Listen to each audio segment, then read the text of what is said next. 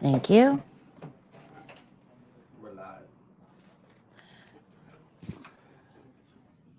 Oh, make a note for me, please, to change the graphics. Thank you. I'm not, my stream deck is not working. Oh, okay. All right. Okay, good morning. How are you guys? Good, very good. You guys had chapter 1 homework between classes. Did everybody read chapter 1 in the yellow book and take the test on page 181 in the white book? When I call your name, either tell me how many you missed, or if you calculated your grade, tell me your grade. They're worth 5 points apiece. Sheila? Jaden? Thank you. Ariana? Audrey? Ethan? 80. Thank you. Ashley? Thank you. Emily? Thank you. Mercedes? 100. Thank you. Martina? 100. Thank you. Susie? Amanda? Brittany? 95. Thank you.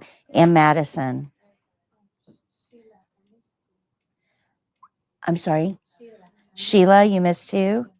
Got it. Okay. All right. Does anybody have any questions on the ones that you missed? Is there anything you don't understand you need me to explain for you? Any questions that you missed on page 181 and you don't know why the right answer was the right answer? For number 6, if you make a mistake while documenting, I couldn't remember why you draw one line. So medical documentation are legal forms. And that means just like you can't go into the courthouse and scribble something out, on a legal form, you can't do it in medicine either. We can't use whiteout. We can't throw it away. We can't do anything but draw a line through it, write error above it, and then our initials. And the whole purpose here is that it needs to be seen. So whatever the mistake was when we draw a line through it, it still needs to be visible. It's okay to make an error. It's not okay to cover an error up. And we kind of talked a little bit about that concept on Monday, that we don't expect you to be perfect, but we do expect you to be ethical. And that means owning your mistakes and not trying to cover anything up. Does that make sense? So one line. We don't use whiteout. You don't use a Sharpie, and you absolutely cannot throw away any medical documentation. Okay, good. I remember way back when I was a baby nurse and I was working in a nursing home, and I was still fresh out of school, and there were a lot of things going on, and I was managing, medications and treatments and CNAs, and it just was a lot going on. And I sat down, I'd had a problem with a patient, and I sat down and I wrote out a half a page of content, only to realize I was in the wrong chart. Well, you can't erase it. You can't get rid of it. So I had to draw a line through each one of those items, each line, and write on top, error, wrong chart. And then I had to go document it all on the right chart. So it can be kind of heartbreaking when you pour all that time and energy into documenting, only to find out that you have to do it all again. So I got the number 12 one. What's the care of the provide for people and terminal illness? What's that mean? So terminal illness means that something is wrong with you that we cannot fix. So it's expected to result in your death. So it means like that's gonna be end of your life. Right, right. Okay. This is expected to, for all intents and purposes, kill you. Okay. When we have somebody that we can't fix Okay. with medicine, our job is to make them as comfortable as possible. And to be deaf. And well, we're going to try to make them comfortable up to the time that they pass away. Right. Right. That is called palliative care, where the focus is, instead of fixing the problem, making the patient comfortable. Okay. Okay. So the term for that is palliative care. I didn't know that though. You're going to learn a lot of things in the class. So before we get into today's lesson, I want to just go back and talk really briefly about hand washing, because we had to end very abruptly. So when it comes to hand washing, there's some very specific things that are required on the state exam. And one of those is we have to talk about the faucet. And we're going to talk about this a little bit more on Monday, but I want to talk about the faucet. The faucet is the dirtiest thing in the bathroom because we touch it with dirty hands. You go to the bathroom, you take care of your needs, and then you touch that faucet to turn the water on. So the faucet is never considered clean, ever. So when we turn the faucet on, you don't need a paper towel, you don't need gloves, you don't need anything to turn it on because you're touching it with dirty hands, and that's fine. You're going to wet your hands, get some soap, and start to rub. But in order to get rid of all of those pathogens, you've got to rub for at least 20 seconds. And you've got to hit all of the spots. So you've got to hit down here at the bottom of your pinkies, and this area gets missed a lot. We focus here, right? Well, if you look, if I'm going to slow it down. If I'm rubbing here on my palms, right, we have to think about the areas that are getting missed, like the backs of the hands, the fingertips. Believe it or not, your fingertips, dirtiest area of your hands, and we miss them during hand washing because we're focused here, right? We're getting in between, but we're not really getting those fingertips when we're doing this. We also often forget about this area as well, and this sets down on all of the surfaces. So, and when it comes to hand washing, a lot of times the dirtiest areas are the ones that we are most frequently overlooking. So that's why hand washing has to be done a very specific way to make sure that you're getting all of those areas. So we're going to circle the tops of our wrists. We're going to wash the backs of our hands and in between our fingers. We're going to wash the palm of our hand, lacing the fingers. We're going to wash in between the index finger and thumb here. And we're going to wash, I just lost my train of thought here. Hold on. I'm not fit. Full disclosure, I'm not feeling well today.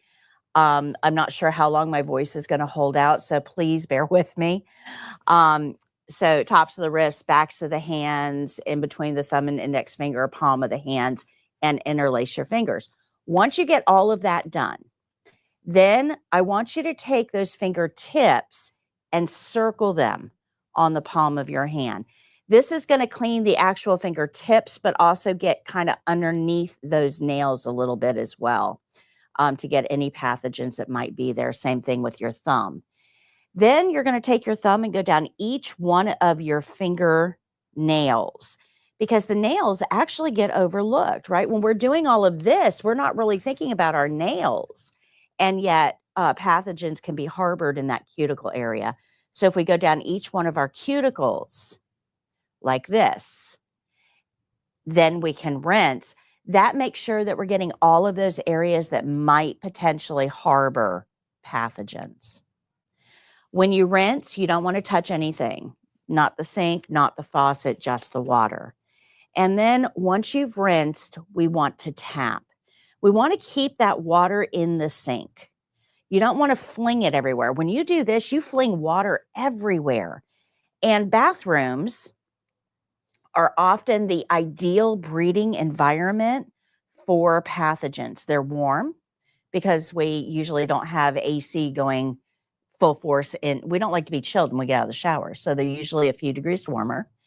They're dark because mom trained you, turn the light off when you leave the bathroom. And when you do this, you add moisture into that. Warm, dark, and moist is the ideal breeding environment for pathogens. So we need to be aware that pathogens do exist in the bathroom area, but we want to limit the spread of them by tapping and keeping the water confined to the sink. Makes sense?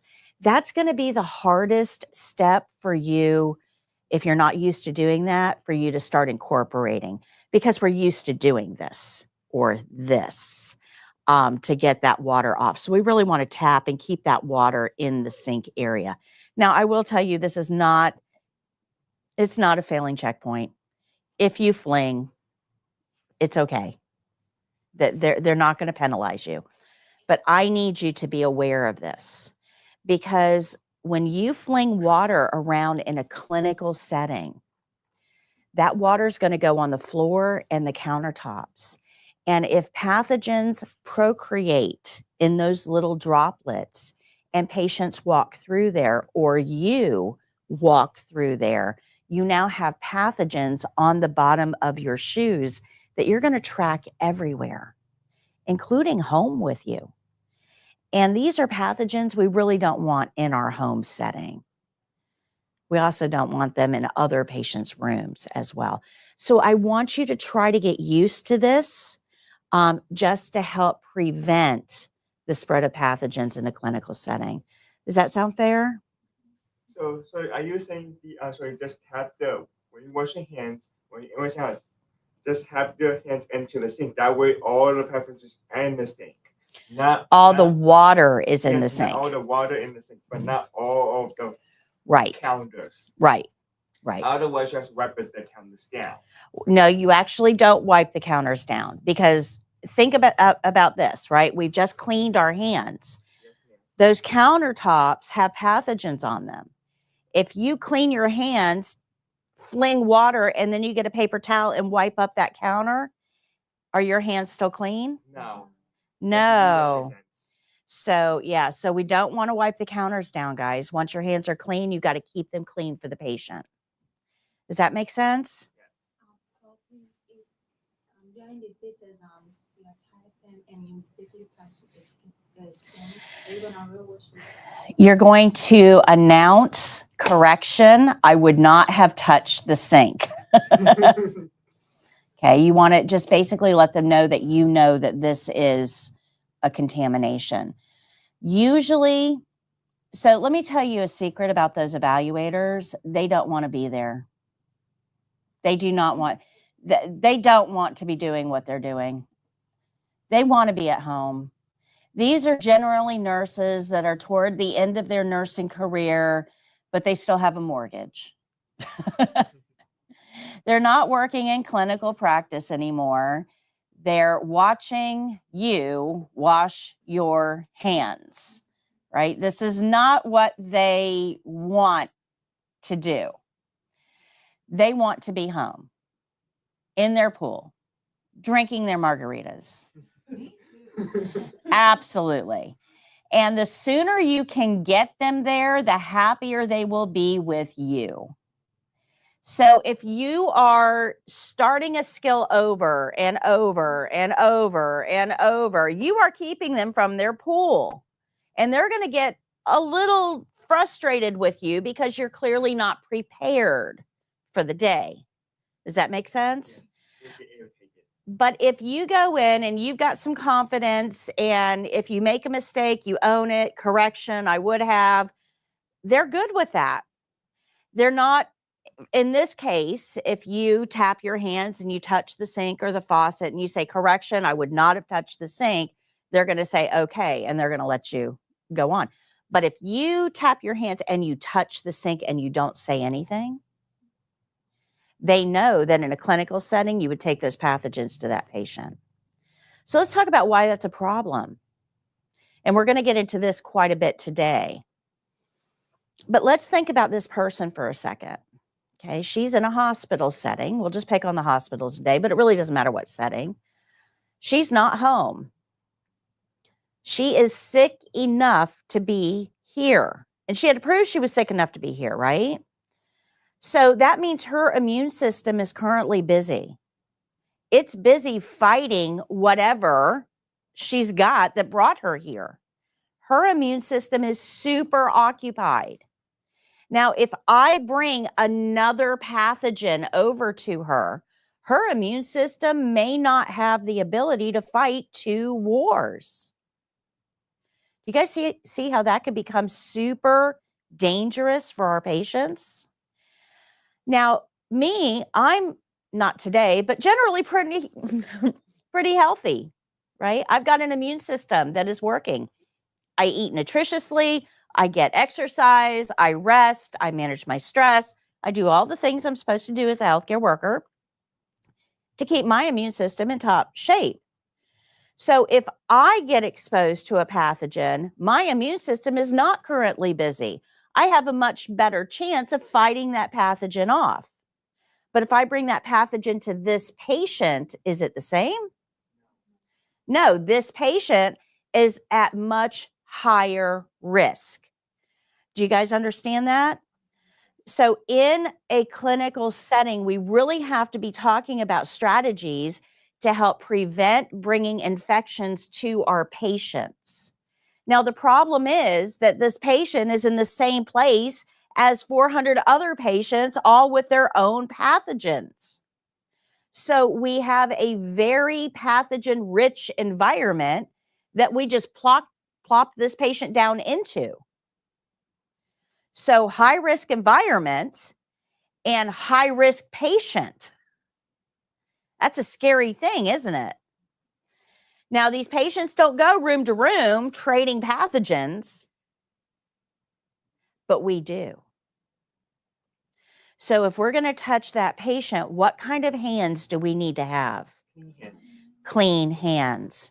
Not just kind of clean, not just sort of clean, not just clean, but I touched the sink. Like really clean hands. They need to be clean. And that's how we keep our patients safe. And the latest statistics on this is called a healthcare acquired infection, when you develop something that you did not come in with. And it affects about 1 out of every 25 people in a clinical setting. That's scary. Imagine you're in a car accident. That's bad enough. You got some broken bones, some scrapes, some scratches. You're hurting from head to toe. You're in the hospital. And, you got enough to deal with. You got enough on your plate. You got to heal from that. But along the way, somebody gives you C. diff because they did not wash their hands properly. A C. diff is an absolutely horrible intestinal. We're going to talk about C. diff today, but it's absolutely horrible. So now on top of the car accident you've got to heal from, now you've got a whole pathogen situation on board. Where is your immune system going to focus its time and energy? Well, we don't know, but it's only going to be on one of them. So even though the car accident may not have killed you, the C. diff could. So 1 out of every 12 people that gets a healthcare acquired infection dies from it. So let me put this in terms you guys can understand. Anybody ever ride a roller coaster? You go to a theme park, ride a roller coaster, right? They're fun. Right up until the time they snap you into that harness and you start to think about what you're doing, right? And then you're like, I don't know about this, but now it's too late. Okay, so the next time you stand in line to go ride a roller coaster, I want you to look at all those seats, and there's usually about 25 of them. I want you to look at all those seats, and I want you to understand that one of those people that's getting strapped into that roller coaster is going to fall out. Every time. One of those people that's strapped into that roller coaster is going to fall out. Would you be willing to ride that ride? No, because the odds are pretty much not in your favor, right? That's exactly the same odds as getting a healthcare acquired infection. So if you go to the hospital, 1 out of 25 people is going to get an infection they did not come in with. And it's our fault every time. So Audrey, how long do we wash them for? 20 seconds of friction, 20 seconds of rubbing, 20 seconds. before we go to our nails. 20 seconds of rubbing. And you have a clock right above the sink during testing. Don't use songs. Your singing speed will speed up and it won't be effective. Use the clock. That's what they are going to use. Now, let me tell you about the clock, about timing. When you wet your hands for hand washing and you put soap on your hands and you bring them together, okay? So I wet my hands, I put some soap and I bring them together. When I do this, they look to see where that second hand is. And with their pen on their paper, they actually write down where that second hand is when you bring your hands together. And then when you move on to your nails, they look to see where that second hand is. And they write that number down. And if it's not 20 seconds in between, you have failed. 19 seconds fails you. There is no margin of error here. It is at least 20 seconds. More is fine. More is fine. But at least 20 seconds of friction. So does this count as washing your nails? Or so this counts as the 20 seconds, and then after you're done with friction, then you do the nails? So, okay, so I've wet my hands, got some soap, brought my hands together. We're going to look at the clock. And I bring my hands together. We're on the 5, okay? I'm going to go around the top of the wrist 3 times, this side 3 times, back of the hand, 1, 2, 3, 1, 2, 3. In between my thumb and index finger, 1, 2, 3, 1, 2, 3. Palm of the hand, 1, 2, 3. Okay? That should lead me to my 20 seconds. Then I'll go down each one of my nails, circle my nails on the palm of my hand and rinse.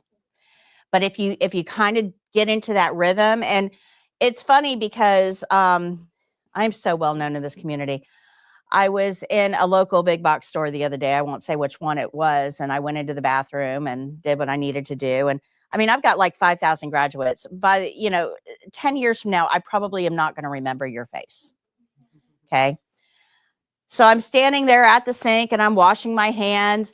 And the woman next to me, she's watching me wash my hands. And I'm like, okay, well, whatever. And so I'm washing my hands and she's like, oh my God, you really do that in real life. And I said, well, yes, it's hand washing. And I said, it's the only way to remove the pathogens completely. And this particular bathroom, I'm definitely going to be washing I don't want these pathogens, right? And she says, I took your class like 15 years ago. And I just thought that was something you were teaching us for the test. No, this is real. This is real, but it's also really how you're going to keep yourself safe too. Right? So you can tell that at some point in the last couple of days, I did not wash my hands thoroughly before I put my hands up next to my face somehow, some way, because I am now starting to feel a little ill, which means something invaded. And there's very, very, very few airborne anything. Almost everything requires that you bring the pathogen to you. We're going to talk about that today, mode of transmission. So somewhere along the line, I touched something and then brought that pathogen up to my face. But everybody freeze. Everybody freeze. Where's your hand? Where's your hand? Where's your hand? Where's your hand? So half of you, and Mercedes, you had just put your hand down. So over half of you, without even thinking about it, had your hand up next to your face. And we don't think about it because it's very natural to us. We'll, swipe our nose, we'll lean our hand, we'll push the hair out of our face. Our hands go up here all the time. And that's how pathogens get in. Does that make sense? Okay, we don't think about it, which is why hand washing is so, so, so important. Good? Good. Jacob, I probably am going to need some assistance from you today because I don't think my Stream Deck is going to pull up everything. So just when I ask you to just advance me to the next slide, if you would, you'll have to follow along today. I'm sorry. It's going to, like every 5, I'll need you to advance. The others I'll control. All right, so let's do, any questions on hand washing? One other thing about hand washing is that during the test, where do those evaluators want to be? Home, in their pool, drinking their margaritas, right? Yes. Okay. Do you guys remember how many people test every day? 8. So in each testing center, 8. So you got 1 evaluator or 2, depending, and you got 8 students. How many skills do you guys have to do? 3. So just to pick on you guys, 1, 2, 3, 4, 5, 6, 7, 8. So you 8 over there, right? You guys are all testing today. You have to wash your hands before and after every skill. And you're doing how many skills? 3.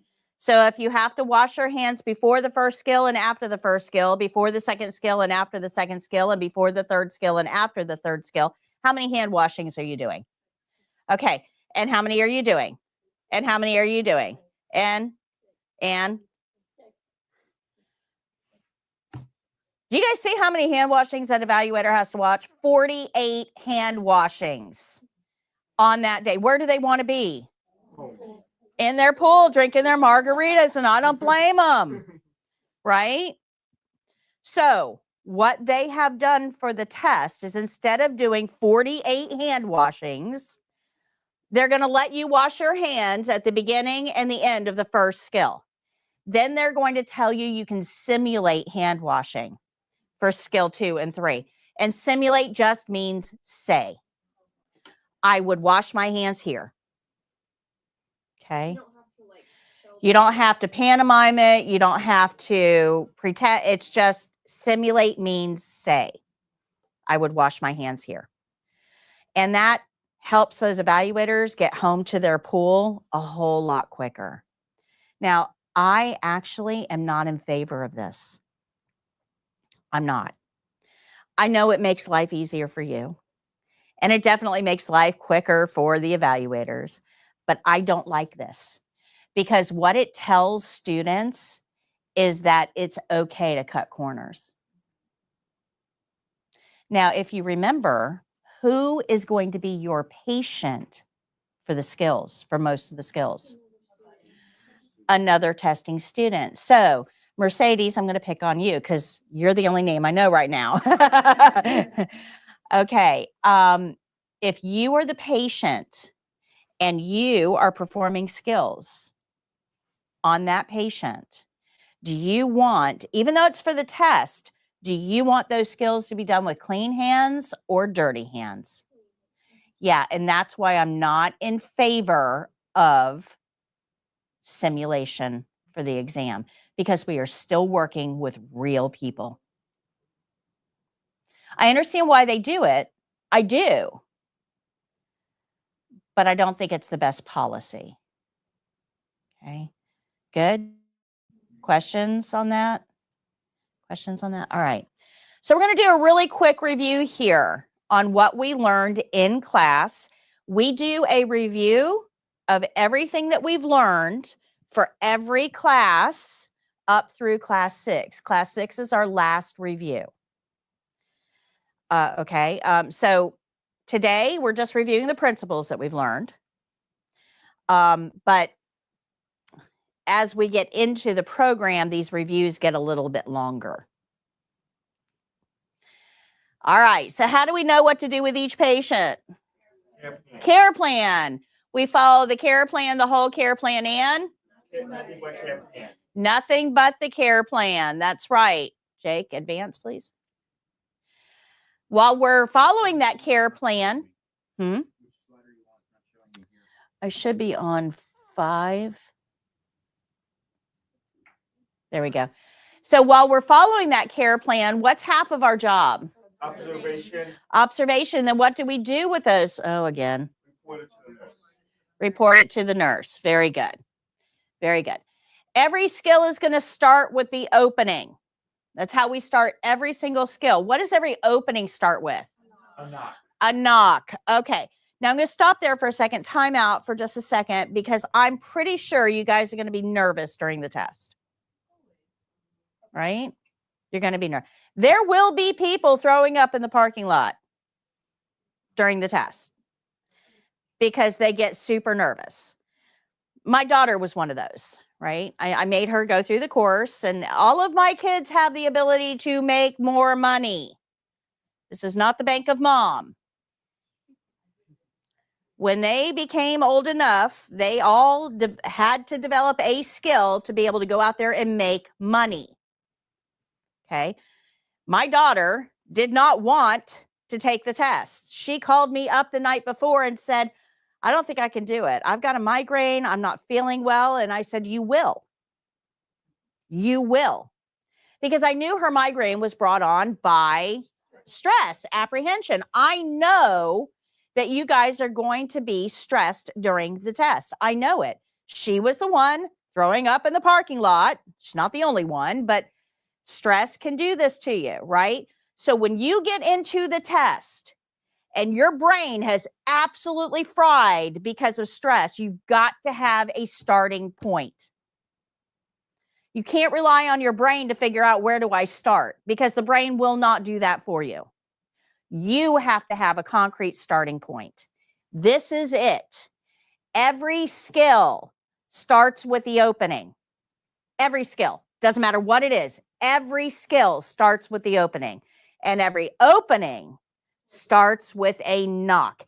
If you remember that one phrase, you will always know how to start your skills during the exam. So when we finish a skill, do we like leave the room and then knock again? You're actually not going to leave the testing room, but you're going to kind of go over to the door. You just kind of leave the patient area. Yeah.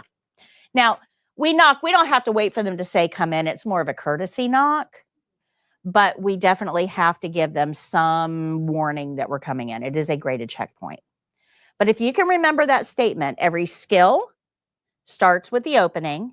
Every opening starts with the knock. If you can remember that statement, you always know how to start your skill. Now, if you did what I told you to do on Monday and you practiced this every time you went into your bathroom, your body will automatically know after you do that what comes next. Okay? Because you have to develop that muscle memory. This tells you where to start, and then your muscle memory will lead you through. Make sense? Remember, half of our checkpoints is going to be covered by the opening. So you can get, these are easy checkpoints, guys. This is a script you can memorize and get all of these checkpoints checked off. Good? Good? All right. So once we have knocked, who are we going to greet?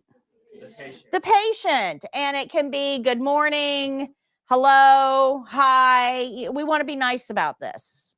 Okay? Go ahead. We're going to address them by name. We do not use ID bands for the test. Do not use ID bands. We address them by name. Go ahead. Oh, thank you. Once we have addressed them by name, what do they need to know about us? Name and title. Name and title, not just name. If I walk in and say, hey, I'm Patty. They don't know what to do. Okay, yeah. What does that mean to me? So name and title. Make sure they have a pretty good understanding of what you're there to do. Remember that in healthcare, everybody is dressed the same. They might have different colors on, but don't expect your patient to know what color belongs to what department. I mean, that's just, to me, that's absolutely just mind-boggling that these administrators think that your patient, who is self-absorbed, sleep-deprived, and medicated, is going to remember that royal blue belongs to the nurses, you know? So you have to let them know. Good? Okay. And then we got to tell them what we're there to do. You can put it in your own words, keep it professional, but put it in your own words. That's fine. I'm here to brush your teeth. If you can't put it in your own words, if you can't find the words, if the words have all left the building, you can look at the care plan and read it right off of the care plan. I am here to provide mouth care to a resident with teeth. Sounds a little weird, but it gets the job done, right? Once they know what we're there to do, what do we need to get from them? That's right. We need to get consent. Yeah, and this is as easy as, is that okay? Now, what do you think we need to do if they say no? They do have the right to refuse. What would we do if they say no? Tell the nurse. Absolutely. Remember, as CNAs, we only have 2 doors we can go through. We either follow the care plan or report it to the nurse. That's it. That's it. That's all we can do. We follow the care plan or report it to the nurse. Now, there is an exception to that rule, and that is emergencies. Emergencies require action. So if your patient is having an emergency, that requires action. I wasn't able to tell you guys before you left on Monday. Did any of you catch my game show from yesterday? I was coming in late. Okay. All right. So yesterday on my YouTube channel, I did a game show. I do it twice a month. We'll have another one toward the end of your program in 2 weeks. But I do a game show. It's 15 test questions. Well, yesterday's was off of, on the test plan, they break it down into 5 categories. And this was providing basic nursing care by a nurse aide. Now, when we think of basic nursing care, we think of skills, feeding, dressing, grooming. That's not nursing care, guys. That is not nursing care. If it's something you do for yourselves every day, you're not a nurse, are you? That's not nursing care. Feeding, dressing, grooming, that's not nursing. That's just health. Nursing care, the things CNAs do that qualifies as nursing care, is recognize emergencies and know what to do about it. So, we don't get consent from the patient. And what do we say to them? We have to go straight to So if you, and I'm going to role play this real quick. So if I come in this room, I say, hi, Miss Jones, my name is Patty. I'm your CNA today. How are you? She says, fine. I say, I'd like to brush your teeth. And she says, no, not today. Now, I've got to report that to the nurse, but the nurse is probably going to ask me why. So if I can get that information from the patient, I'm kind of a step ahead. So I want to be nice about it, but I'm going to ask, can I ask why not? Is this a bad time for you? You're not feeling well? What's going on? And I'm going to do it in a way that shows that I'm interested in what's happening with the patient. Does that make sense? Right? Not, well, why not? I've got a schedule to keep, and you're really, that's not how I want to approach this. I'm going to figure out what's going on with it. If the patient says, oh, well, I've got my family coming in just a few minutes. They're downstairs. They're on their way up. Well, I get that. No problem. I will probably ask the patient, can I come back after they leave? Now I've solved that problem, right? But if I ask and they say no, and I ask why not, and they're just, I just don't feel like it right now. I want to let the nurse know because there's something going on with that patient. That means that the patient needs to be assessed. CNAs don't assess. Who assesses? The nurse. The nurse. So we've got to get that information to the person that can do that job. Now, even though I asked what, is there a reason why? And the patient said, yeah, my family's downstairs, don't want it done right now. And I say, can I come back later? And he says, yes. I'm still going to let the nurse know. Still going to let the nurse know. And the reason is, what if I get floated to another floor during this assignment? And that does happen. Hey, we're short-staffed on 3 North. I need you to go over to 3 North. Well, now nobody knows that this patient hasn't had their mouth care done. What if you get an emergency and you're called home? Nobody knows what's happening with the patient. If you have knowledge, remember, we are working on behalf of the nurse. If you have knowledge, any knowledge, all knowledge, who should have that knowledge? The nurse. So it's just as simple as, hey, room 344 has refused mouth care. His family's coming. I'll catch up with them after they leave. Now the nurse is aware. Good? Make sense? Okay. All right. But obtaining consent is important. If they say no, we've got to report it. Once we get consent, now we can get started. So the first step is going to be provide privacy. Close that curtain. Is that curtain clean? No. So what do you want to do about it? Wash your hands. Wash your hands. That's right. Get rid of those pathogens. Now that we have clean hands, we can go get our clean supplies. Let me talk to you about supplies really quickly. You have to learn them. Care plans do not tell you what supplies you need. Nurses do not tell you what supplies you need. I'm not going to tell you, hey, I need you to go do foot care and you need to take with you a barrier, a basin, soap, lotion, 2 washcloths, a towel. I'm not going to tell you that. I expect you to know what you need to do that job. So you do have to learn your supplies. Flashcards will help here.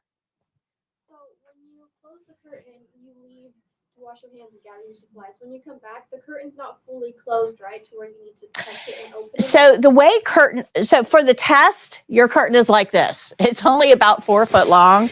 So because they're testing you, they've got to be able to see what you're actually doing. So curtains for the test will never go all the way around the bed. So that's not an issue for the test.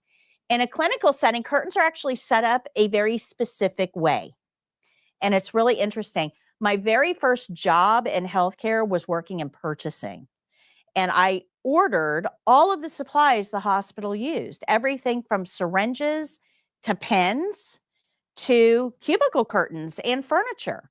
And I planned out the furniture that was going to be used in different settings. So all of this goes into planning. So cubicle curtains are always set up exactly the same way. At one corner of the foot of the bed will be where one curtain meets another, and that allows you to enter. So it's always at the corner of a foot of the bed. Okay. And to enter, use your elbow. Just push it open. Yeah, just push it open. Keep those hands clean. But for the test, it's not an issue. Okay. All right. So any questions on the opening? So our cardinal rule, go ahead, is don't touch the resident until your hands are clean. This one step can fail you. Why would that one step fail you?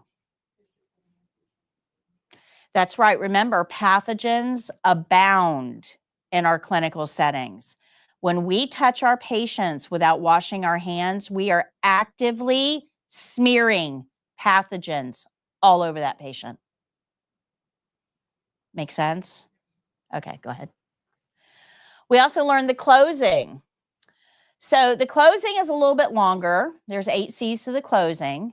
And one of those is that we have to ensure the environment that we leave our patient is clean. That's right. So look around. Remember, a big part of this is, always have leave your patient looking better than you found them. And I do this without even thinking now. I'll straighten the sheet. I'll clean up the side table. I'll look at the trash and make sure that the trash isn't overflowing. I look around.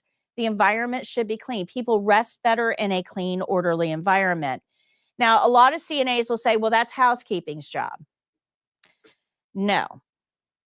Keeping a clean environment, according to the actual Nurse Practice Act, is the responsibility of the CNA, not housekeeping.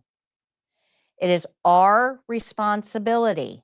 According to the state legislature, our responsibility is to keep that environment clean. Housekeeping can help us. They can do the heavy lifting, the mopping, bathroom cleaning, that type of thing. But that is not their responsibility. It's ours. So take a minute, look around, make sure your patient's in a clean environment. Now, this, believe it or not, this step gets about half of all testing students get this deficiency. And the reason is when you get done with your skill, you're going to be so excited that you're actually done with the skill that you will just like, you've got stuff, you've got a barrier on the table, you got a basin out there, you got stuff everywhere, and you just get so excited you're done with the skill, you're going to turn around to the evaluator and say, okay, I'm done. No, you're not. No, you're not.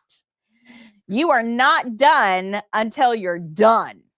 And that means this environment is clean. Everything off of the table, the barrier thrown away, the sheet covering the patient, clean environment. Okay. All right. So once we know our environment is clean, we want to take a look and make sure that bed is in the lowest position. Now, I'm going to talk to you about this really quickly.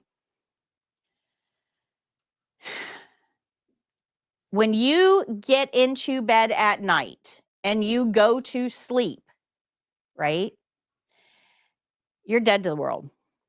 When you get up the next morning and you swing your legs off of the bed, that floor is always right where you left it.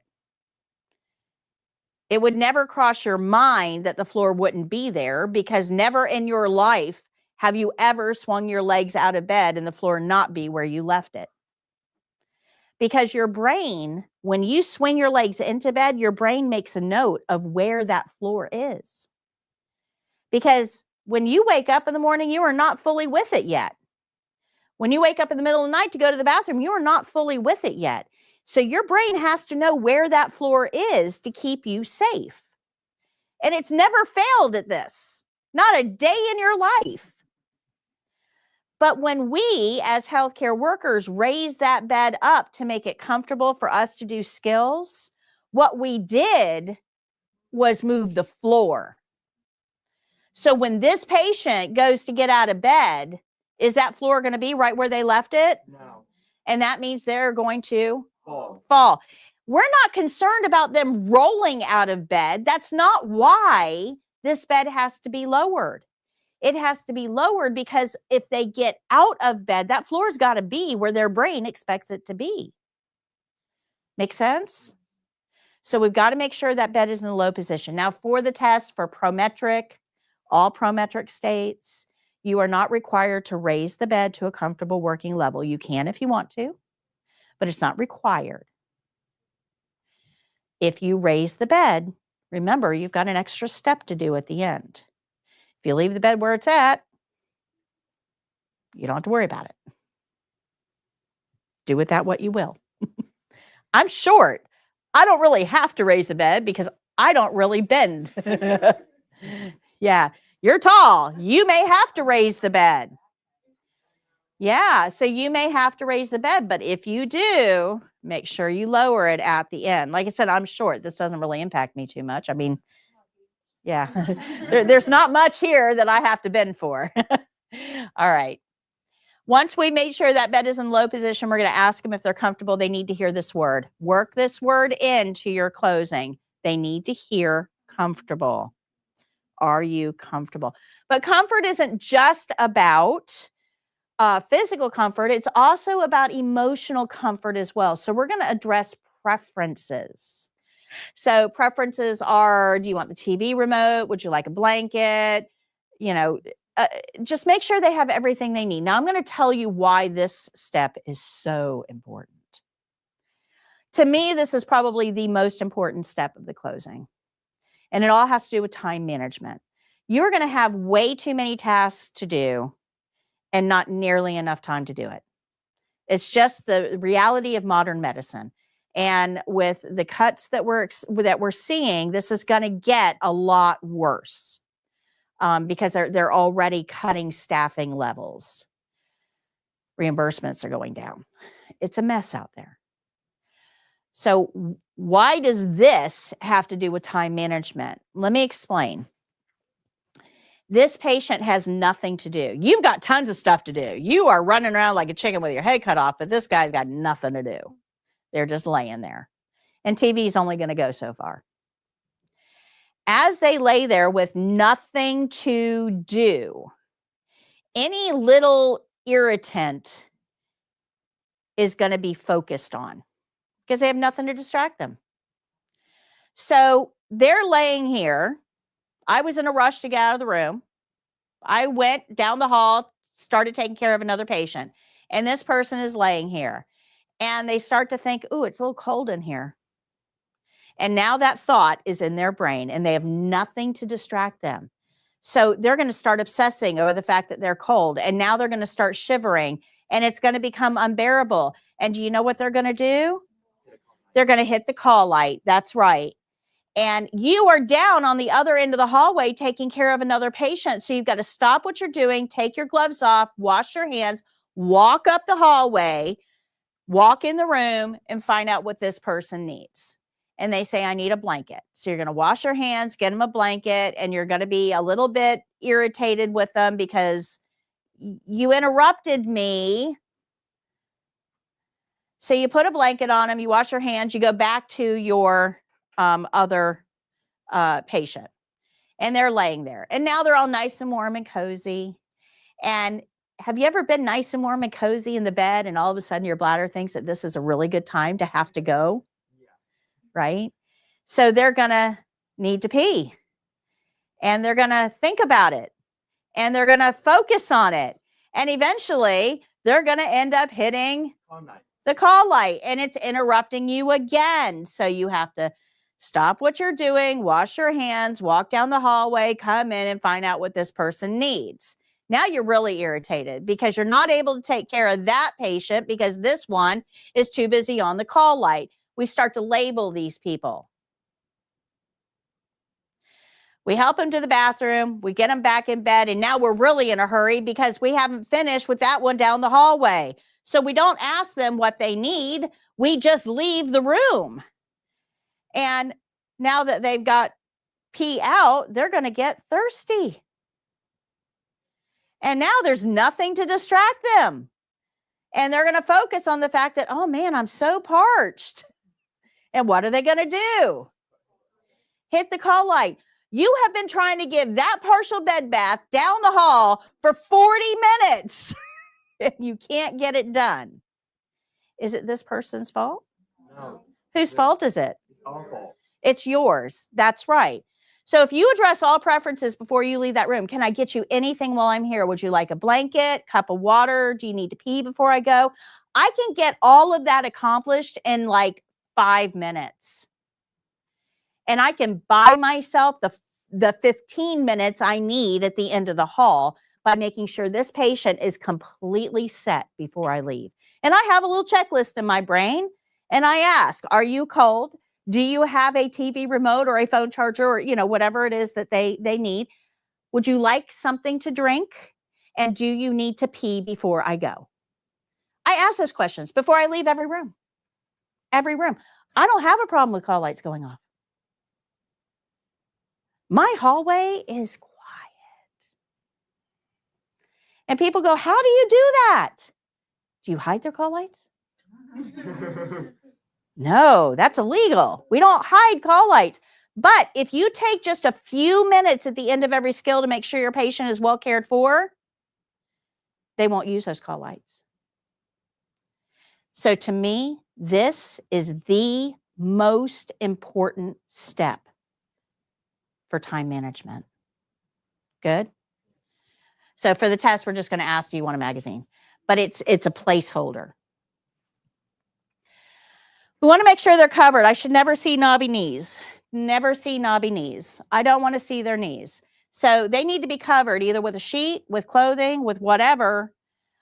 But I want you to think about this for a second, right? We look at them differently than we look at us. But we shouldn't. You are fully clothed and upright. This patient is not fully clothed. They are in a thin hospital gown and they're laying down. That's a very vulnerable position. Very vulnerable. How many of you guys have siblings? Okay. When you were growing up, did one of your siblings torment you while you were laying on the couch? Okay. Did you stay laying down? No, you got up to address the threat. Yeah, your patient is laying down. Laying down is vulnerable, guys. So you've got somebody not dressed and laying down. When you don't cover them up, they feel very vulnerable. That sheet doesn't do a whole lot in our mind, but it does a lot for them. Do you guys see that? I should never see knobby knees. All right. Once we get all that done, we're going to open the curtain. Doesn't matter whether you open the curtain first, give them their call light first. Nobody cares. They're both germ filled. Patients in bed will scratch what itches. Think about that. And then they'll hit the call light to tell you all about it. So it doesn't matter whether you open the privacy curtain first or you touch call light first, does not matter. But once you get all of this stuff done, make sure they're in a clean environment, lower the bed if necessary, address their preferences, give them their call light, make sure they're covered, open the curtain. I don't care what order you do these things in. Nobody cares as long as they're all done. But once you get all of that done and you are all cootied up, what do we want to do? Get rid of those cooties, wash those hands. Absolutely. Now, once we've gotten rid of all those patient cooties, if we have to document, now we can pick up that pen that's in our pocket and document. But our cardinal rule here is to end skill with clean hands. So if we've documented, we have to clean our hands again. So once you document, because I don't know what pathogens might be on this pen in my pocket, once you document, you're going to wash your hands again, and then do not return to that patient. So if you have to return, if you've documented and you realize, oh, I forgot to give you the call light. And, you know, if you documented, washed your hands, and oh, I forgot to give you the call light. You come over here and give the patient their call light, you've cootied back up.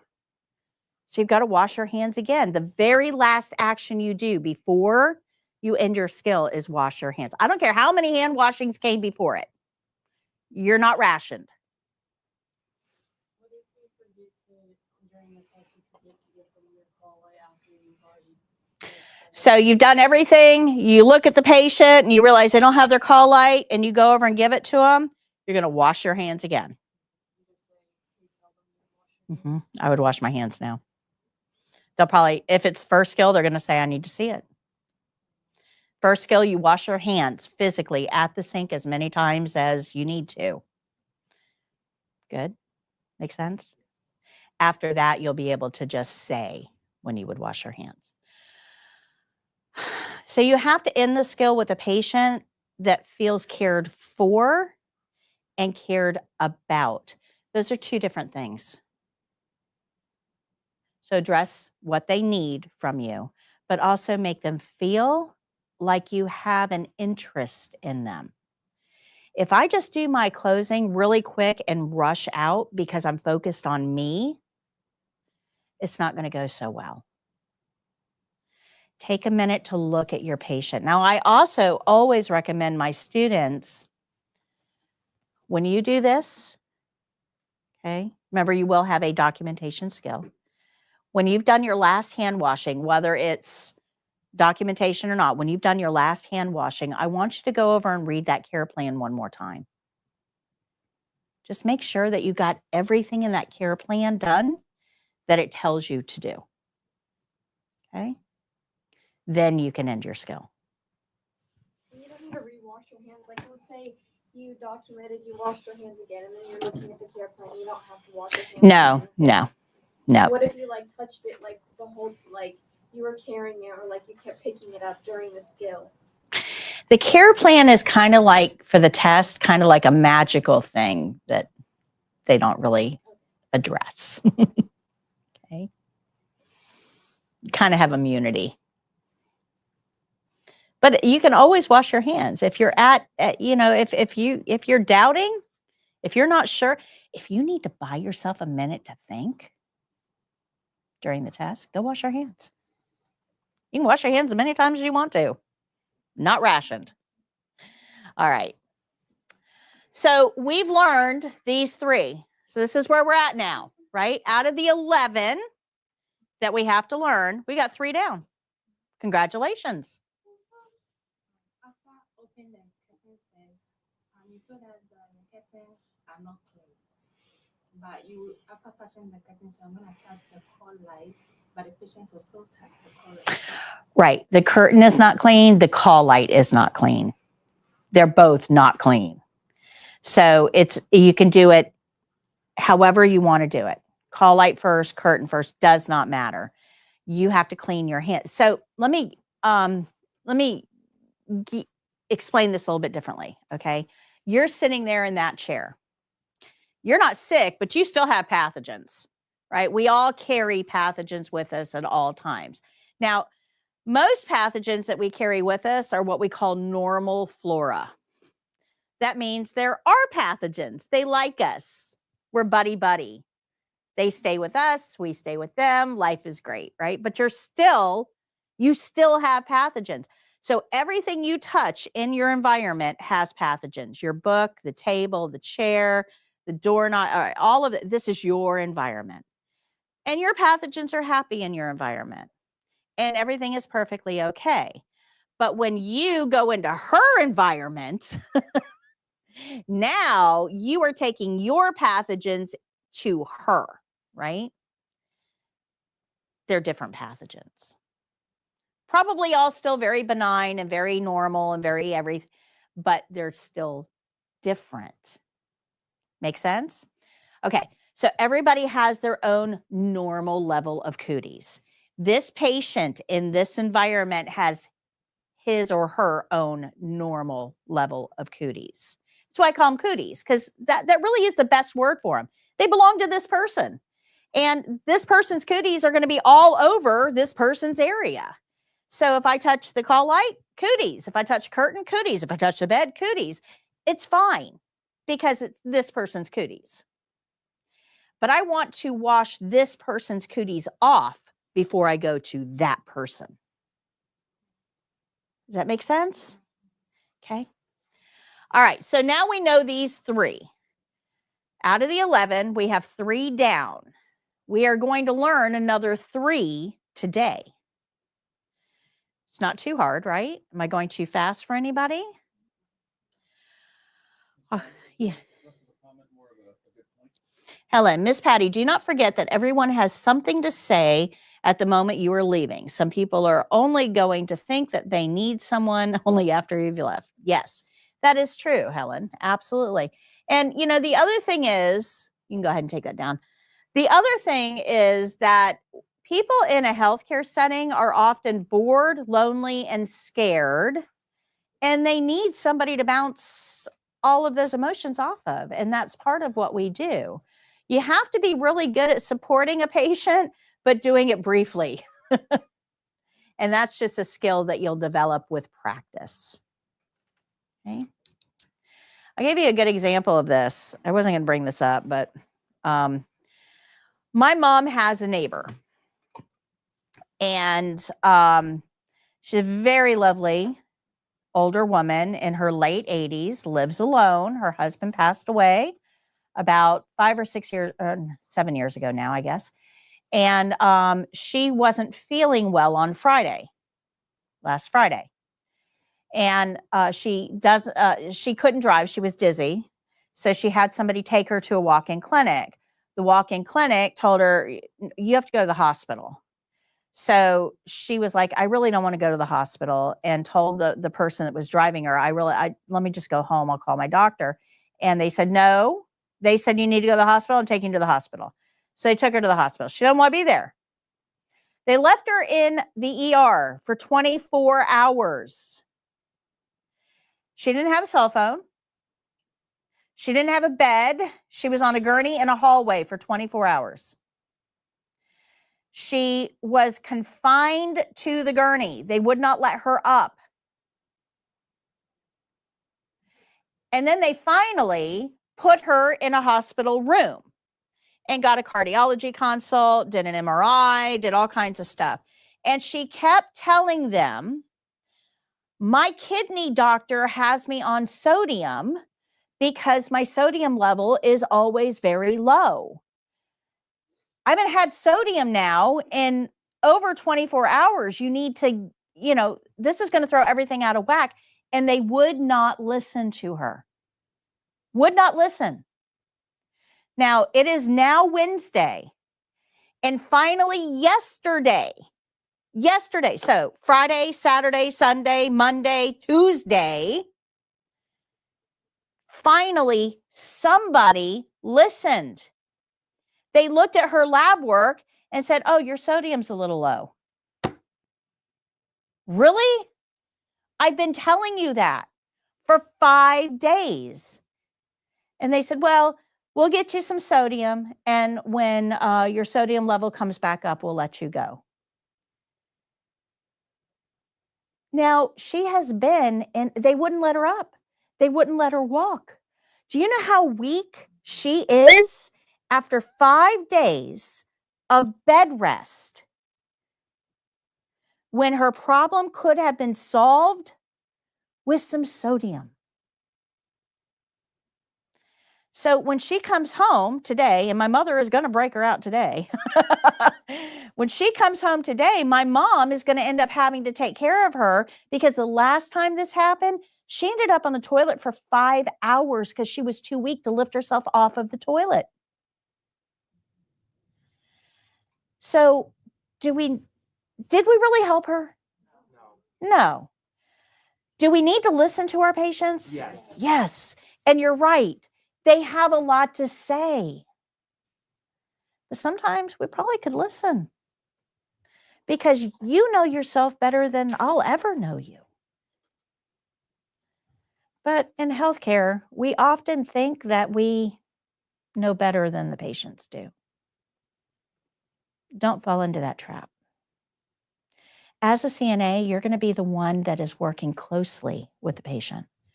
That patient's going to see you more than they see anybody else. So you're the one that they're going to tell stuff to, because you're in the room. What should we do with that information? Tell the nurse. If the CNA had listened and told the nurse, and the nurse looked at the lab work and saw the low sodium, this probably could have been solved like on day 1. Okay. All right. So these are the 11 that we're going to be learning. We've already learned 3.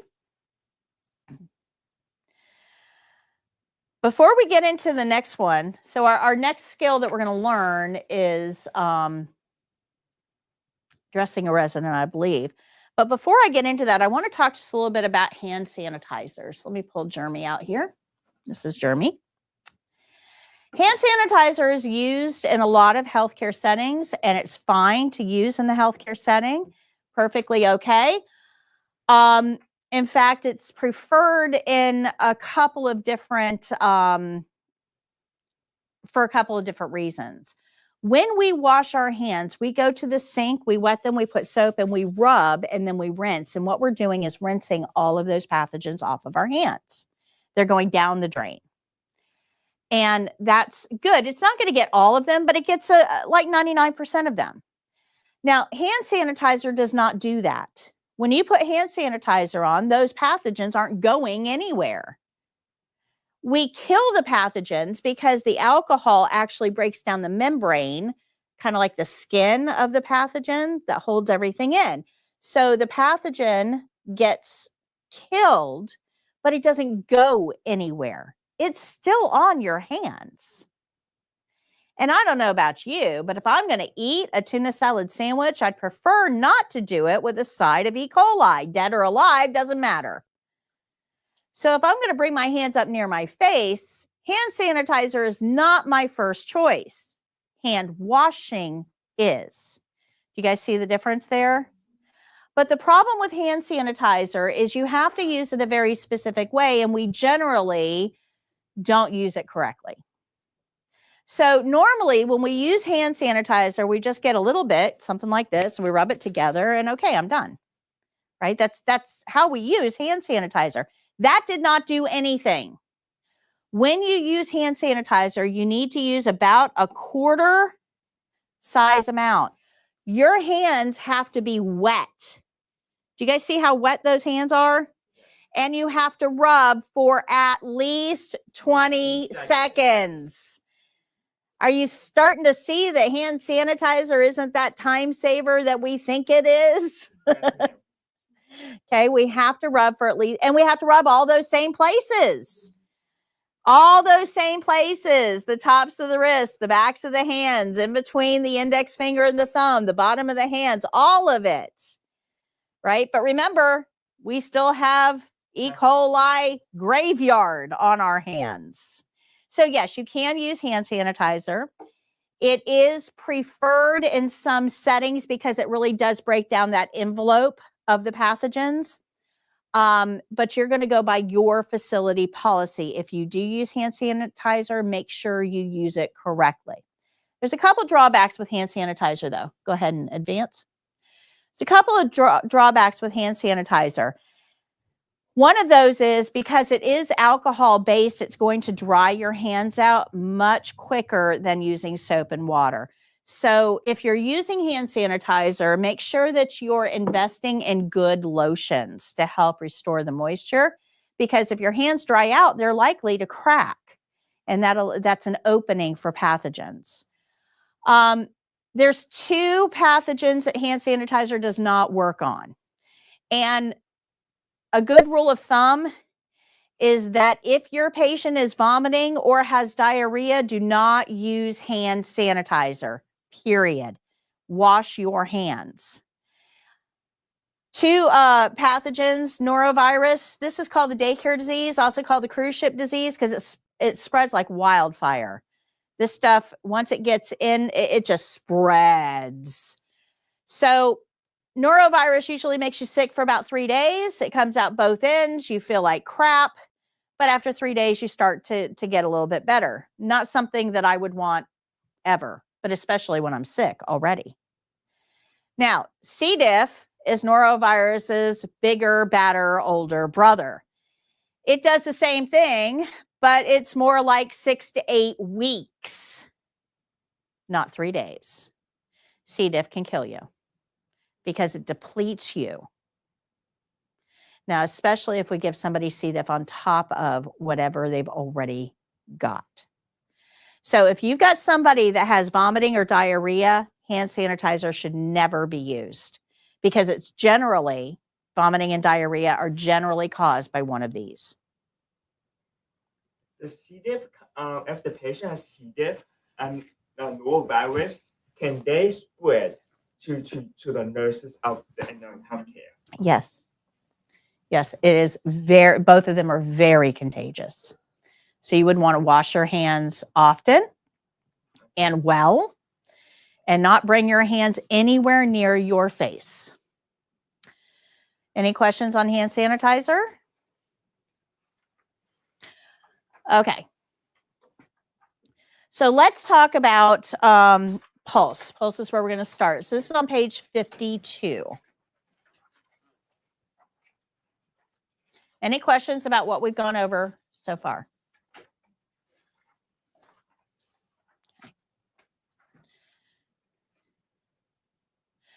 All right, so page 52 is going to give us a brief overview of this particular skill. Think about this as kind of like the Cliff Notes version of the skill. So down the side here, you're going to see all of the principles that are involved in this skill. They're all spelled out for us here. This is the skill-specific steps that we need to learn. Up here is the short version of the skill, the essentials. I have a video for it. Down here is your test-specific information. So somebody with your level of experience should be able to do this skill in 5 minutes or less. It will be done on another live testing student. That person will be positioned in bed for this skill. Charting is required. Normal for pulse is between 60 and 100. That is normal. Let's take a look here. I'm still good. Normal for a pulse is 60 to 100. For the test, you can be off by 4 beats in either direction and still be okay. So what does that mean? Well, if the evaluator gets a pulse of 76 on the patient, if you get 72, 73, 74, 75, 76, 77, 78, 79, or 80, they consider that accurate. It's a huge margin of error, guys. Huge. Go ahead. At the top of page 53, you can see the actual care plan for the exam. So this care plan says patient will be lying in bed for the skill. Take the patient's radial pulse measured at the wrist for 1 full minute and record your readings. How long are we counting for? 1 full minute. What if somebody tells you just count for 15 seconds? Not for this patient. Nope. This patient requires 1 full minute. Does that mean that every pulse you take from now on will require 1 full minute? No. How do we know what to do with each patient? Care plan. Very good. So if you take this book home and you hand it to a live person that you have laying around your house, any live, don't try, dead ones won't help you. Find a live one. Live person. And you tell them to read these steps out loud to you, they read the step, you do it. They read the step, you do it. They read the step, you do it. They read the step, you do it. You will ensure that you are doing this skill exactly as needed for the state exam. You will get every check mark checked off. Good.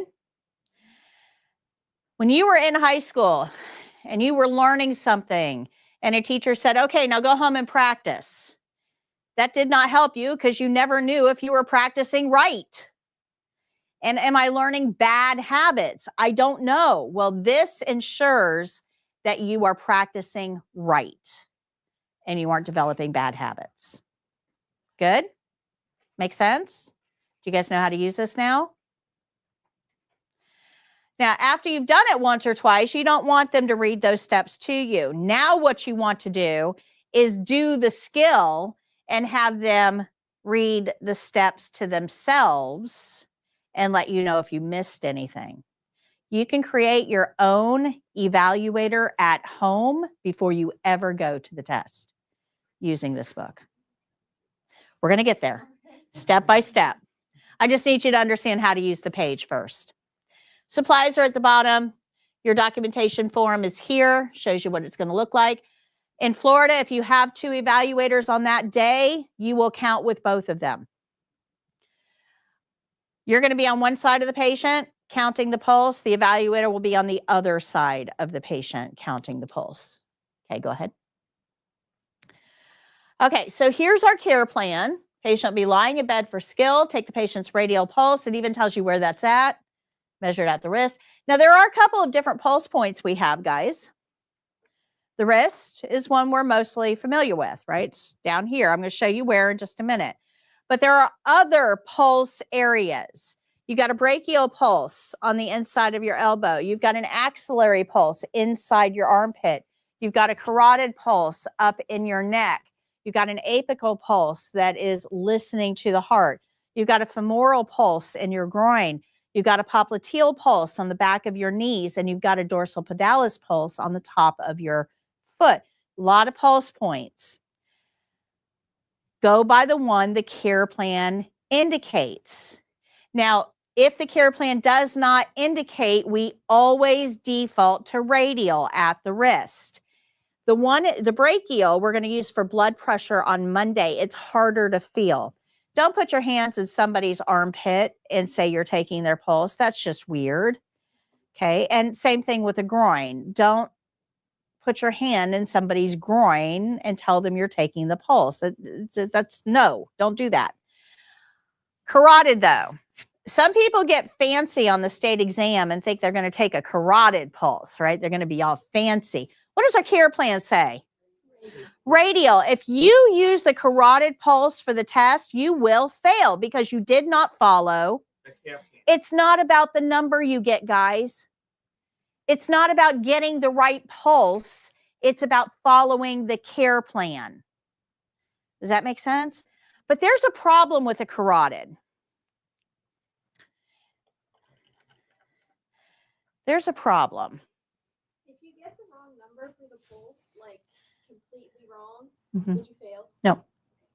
It's really, it's a checkpoint, but it's not so as long as your technique is right, as long as you're following the care plan and using the right technique, which we're going to get into in a minute, the number doesn't really matter for the test because they know that your accuracy will increase as long as you're doing it right with practice.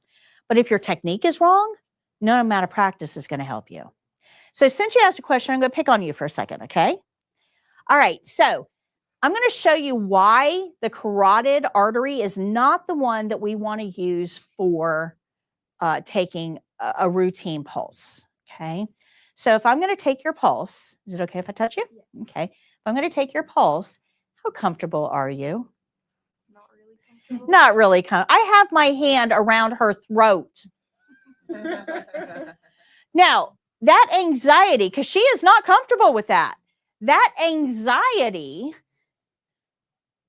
what do you think that's going to do to a heart rate? It's going to increase the heart rate. So if we are causing anxiety and that raises the heart rate, is this an accurate reading? Okay.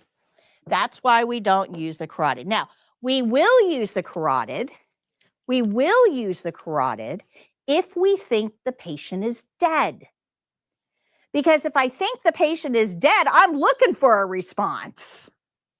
Okay, so we use the carotid for CPR. Any questions on that? Good? All right. So we're going to follow that care plan. In order to do this skill, remember all of our principles? We have what we call the big four. We know skill rules, we know the opening, and we know the closing. But the one we don't know yet is glove rules. And that's where we're going to focus probably about the next 45 minutes on glove rules. Now, I wish I could tell you it'd be a whole lot easier for me as an instructor. It'd be so easy if I just told you just wear gloves for everything. Just wear gloves for it. It would make my job way easier, wouldn't it? If I just told you wear gloves for everything. But when you do that, you actually put the patient at risk. And I'm going to show you how. Okay, so I'm going to give you a demonstration that has nothing to do with healthcare. But it helps illustrate, it's something that most people are familiar with. So it helps illustrate why wearing gloves routinely without thinking about it can actually be a very bad thing. So go ahead. Everything we're going to talk about is located on page 40. Glove rules is going to apply to all skills. We're going to evaluate if we need gloves. And this is part of the big four. Notes are on page 41. So in order to understand this, we're going to build a sandwich. And we're going to do this virtually. I'm not actively building a sandwich, but we're going to use our imagination. So if I'm going to build a sandwich, you probably want me to wear some gloves, don't you? You don't want me touching that sandwich. That would be really gross if some stranger is putting your sandwich together with bare hands. That's just, everybody agree? It's pretty gross. Okay, so I'm going to put on some gloves. So the first thing I need is bread. What kind of bread do we want? White, wheat, Italian? Italian. So I'm going to go over here to this bread cart, lift the flap, and get a piece, a loaf of Italian bread out. And I'm going to put it on the counter. And I'm going to take the knife that's on that counter, pick it up, and I'm going to slice that bread and fold it open. Okay? So we've folded the bread open, slice it and fold it. So do you want mayonnaise on that? Yes? Okay. So we're going to reach in this little mayonnaise tub and we're going to get that little paddle, the mayonnaise spreader out, and we're going to spread mayonnaise on the bread and we'll put that paddle back in. How about some other sauces? No other sauces? No honey mustard? No regular mustard? Chipotle? Okay. So I'm going to reach over here, grab one of those Chipotle bottles, tap it on the counter, to get all the stuff down and squirt it on our bread as well. We'll put that bottle back. Once we have our sauce on there, let's get some bacon. Everything's always better with bacon. So I'm going to reach in the bacon wrapper and I'll put some bacon on the sandwich. And what kind of meat do we want? Turkey, ham, roast beef? Ham. So I'm going to go get in the cooler. Remember, the ham is going to be in the little cooler below. So I have to open the cooler, get the ham out, and close the cooler. And we'll put that on the counter. Now, what about cheese? Do we want some cheese? What's her name? Emily, I'm sorry. Emily, do we want some cheese? American, cheddar, Swiss, provolone?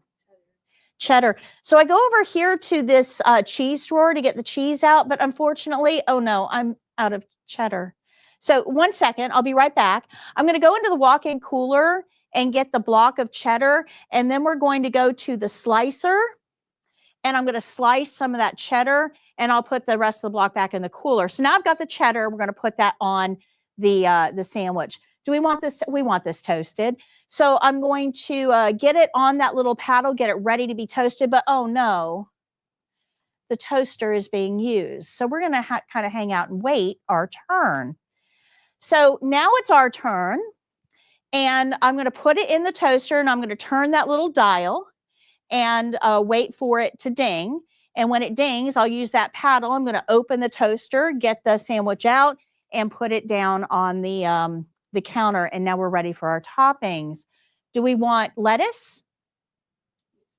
So I'm going to reach in to the lettuce, shake it out, and put lettuce on the sandwich. How about some tomato?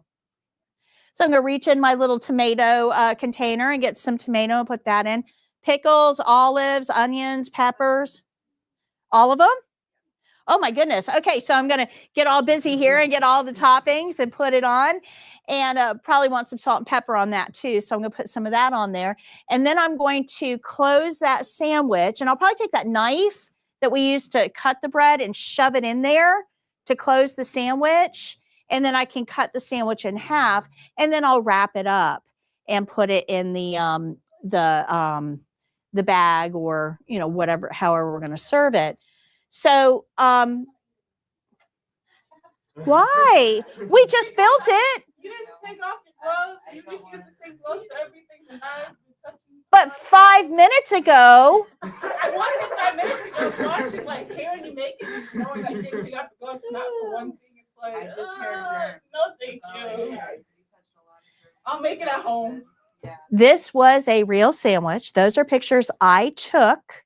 And yes, I ate that sandwich, knowing everything you know now. And yes, it was good. And the reason is because I have a healthy immune system. And my immune system needs a workout now and again to stay in tip-top shape, right? If I sit on the couch all day, every day, and don't do a whole lot, I get flabby and not in good condition.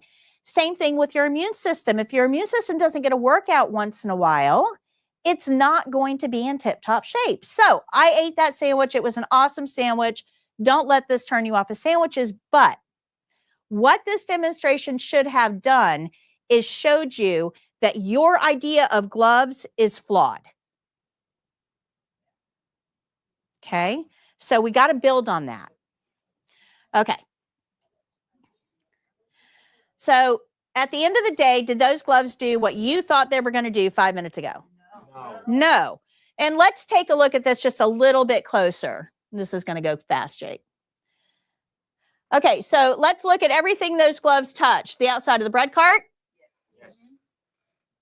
The knife to cut the bread. Yes. The mayonnaise spreader. Yes. Sauce bottles. Yes. Outside of the bacon package. Yes. Cheese drawer. Door handle. Yes. Containers inside the cooler. Yes. Slicing machine. Yes. Table. Yes. Toaster oven controls. Yes. Toaster oven and the controls. The paddle. Yes. Lettuce, tomato, and other toppings. Yes. And the wrapper, right? So you thought those gloves were going to keep your sandwich safe. Who did those gloves really protect? The person making the sandwich. And I'm telling you that they're really not in that much danger. Okay. So good, Jake. So this is our question here. Who were those gloves there to protect? And in order to understand this, we have to think about who those gloves are supposed to protect. What are they supposed to be used for? Well, in this case, the gloves were supposed to protect the sandwich, and it did a horrible job at that. So when we think about gloves, sometimes we have what we call these false narratives. We think that we're wearing them to do something, and it turns out that we were totally wrong. And now we've got to really start back over and figure out when gloves should be worn and how they should be worn to keep the right people or things safe. Does that make sense? Okay. So when we work in a healthcare setting, this becomes a super important topic. Because a lot of people think that they're going to wear gloves to protect themselves, right? I'm working in a healthcare unit. I know that there's pathogens. I know that every single one of these patients brought pathogens in with them. And these are pathogens that are bad enough to make them be here. So I don't want those pathogens. So a lot of healthcare workers will wear gloves to keep themselves safe. But there's a problem with that thinking. Because if we are wearing gloves to keep ourselves safe, we're not thinking about keeping the patient safe. And the patient is really the one at risk here because their immune system is currently busy. Does that make sense? Okay. So in order to understand this, we have to learn about something called the chain of infection. Go ahead. So this is a whole new way of looking at healthcare. Everything I'm going to talk to you about is on page 123. So chain of infection is as easy as 1, 2, 3. If you can't remember what page it's on, 1, 2, 3. And this is the graphic on that page. So as a CNA, you don't have to have an in-depth understanding of this knowledge. I'm going to go through this pretty fast. If you go into healthcare at an advanced level, you're going to spend months on this. Months. We're going to do this in 5 minutes. So understand that you are not going to have an in-depth knowledge of this. You're going to have very surface level. But the chain of infection starts with a pathogen. No pathogen, no problem. If I don't have HIV, I certainly can't give it to you. No pathogen, no problem. So chain of infection always starts with a pathogen, and that pathogen has to have a place to live. This is like a home to them. It's not a prison, and people get this mixed up. It's not a prison, it's a home. Pathogens like where they live. It's warm, it's dark, it's moist, endless food supply. There's no reason to leave home. This is a nice place for me. Thank you very much. So for a pathogen to leave, it pretty much has to be forced out. Forced out. But pathogens don't live outside of the body very good. They don't do well homeless. It's kind of like me. I would not do well homeless at all. Okay, I like creature comforts. Pathogens are the same way. Pathogens in an environment don't live very long. They tend to die pretty quickly. So if a pathogen is forced out of its home, it's got to find a place to be. And the problem is the pathogens don't have ways of getting around. They don't have little wings. They don't have little feet. They can't move on their own. So it has to hitch a ride on something. And the whole purpose of hitching a ride on something is to find another place to be, another home. And it can't drill through the skin. It's got to find a doorway. So it finds an open doorway and it gets into another home. But that isn't the end of the story because that person has to be susceptible. If that person has seen the pathogen before, they probably have immunity to it. And we're going to get into each one of these. That was just a quick overview. We're going to get into each one of these a little bit more in detail. So this is the chain of infection. So first, no pathogen, no problem. You can't pass on something you don't have. So we have to have a pathogen to start with. Now, the problem is that a lot of times patients don't know they have a pathogen. They haven't been diagnosed yet, or they don't have symptoms yet. And if the patient doesn't know that they're sick, how in the world can they tell us? Does that make sense? There's something called an incubation period, a period of time that the patient is infected but has no symptoms. Well, that is the most active time for pathogens, that incubation period, because the pathogen, let me tell you a little bit something about pathogens. These things are like amazing creatures. They will take over the world one day, especially viruses. So the way a virus works, now bacteria work a little bit different. We'll get to bacteria in a minute, but I want to talk to you about viruses specifically because viruses are everywhere. They're tiny. They're way smaller than your cells. I mean, these things are tiny. Think small and go smaller, okay? Now, a virus, when it gets in your body, in order to make copies of itself, it invades a cell. Now, every virus has a different type of cell it likes to invade. Not any old cell will do. If you are HIV virus, you're looking for a very specific type of white blood cell. If you are a hepatitis virus, you're headed to the liver. If you're a RSV virus, well, the lungs is what you're looking for. So they have a specific type of cell they need to get to. Once they get to that cell, they jump in, they invade, and they hijack that cell. Now, whatever that cell was supposed to be doing, it's not doing now. That virus plugs itself in to the cell, says, stop doing whatever you were supposed to be doing, and you are now going to create copies of me. So that cell gets to work and it creates copies using your own DNA. So it takes your DNA, zips it in half, and plugs itself in. And now it's fused to your DNA. And it creates copies. Well, too many copies inside the cell bursts. Now we've got lots of viruses, and they're going to infect all the other cells around it. Rinse and repeat, rinse and repeat. Now, once that virus infects a lot of cells, and we have a lot of virus particles going around, that's when you get symptoms. So can you see how much work's been done before you even know that you've got a virus on board? This is why I say they're going to take over the world one day. So it's important to understand that they used your DNA to do that. That's going to help us and hurt us a little bit later. Okay. So do you guys understand that? How that works? Bacteria are a little bit different. Bacteria are big compared to viruses. Big. And bacteria, think of them. I always think about bacteria like Pac-Man. They just go around munching. Okay. So bacteria are a little bit different than viruses. Viruses do not live. They are not alive. They are just proteins. Bacteria are alive. This is kind of off topic, but in the yellow book, I read something about like NAs and how they have different titles. Is an NA also a CNA? Like they can't.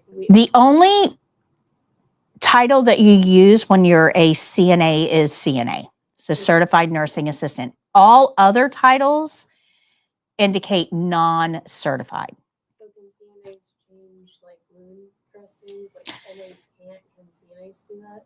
So it depends on your setting. Remember that delegation we talked about on Monday, right? So the nurse has to figure out what the task is. Is the patient stable? Is it a routine task? Is it allowed by your state? Is it allowed by the facility? So the answer to that is it depends. It depends. Okay. You would have to be trained to do those tasks as well. But you're not going to learn that at basic CNA training. All right, so we have a pathogen. That pathogen has invaded, and it now has a nice, warm place to live. This is called a host or a reservoir. And go ahead. And that pathogen has made itself at home, and it's just busy cranking out more copies of itself because that's what viruses do. It's pretty much all they do. But this is a comfy place. It's got everything I need. It's got all the right cells. It's got all the food. It's perfect. I'll take it. Sold. Go ahead. But it wants to stay there. So in order to get that pathogen out, we kind of have to force it out. It's not going to go out on its own. And this is where your symptoms come in. So anybody ever get a cold? What are some symptoms of a cold? Okay, let's stop there. Hold on. One at a time. Runny nose, Runny nose, when you get a runny nose, it's your body's way of using mucus particles to trap those viruses and push them out of the body. We're pushing them out. That's a runny nose. What else? Cough. Cough. That's your body's way of packaging up those viruses in droplets and pushing them out. What else? Fever. That's your body's way of turning up the thermostat to make the house uncomfortable so that the viruses leave. What else? Chills. That's your body's way, again, of shaking and producing heat to make the body uncomfortable.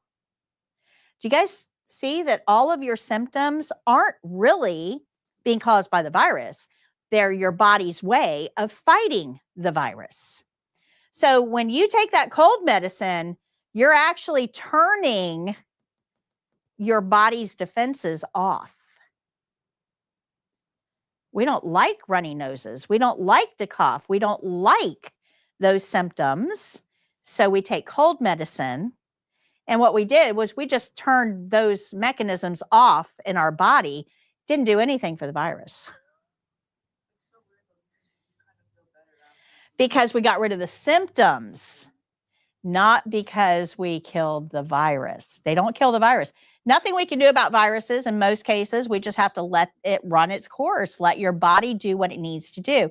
And in most cases, it is best to let the body fight the virus unless the fever is above 101. And then you should get that fever down because you don't want to cook your brain.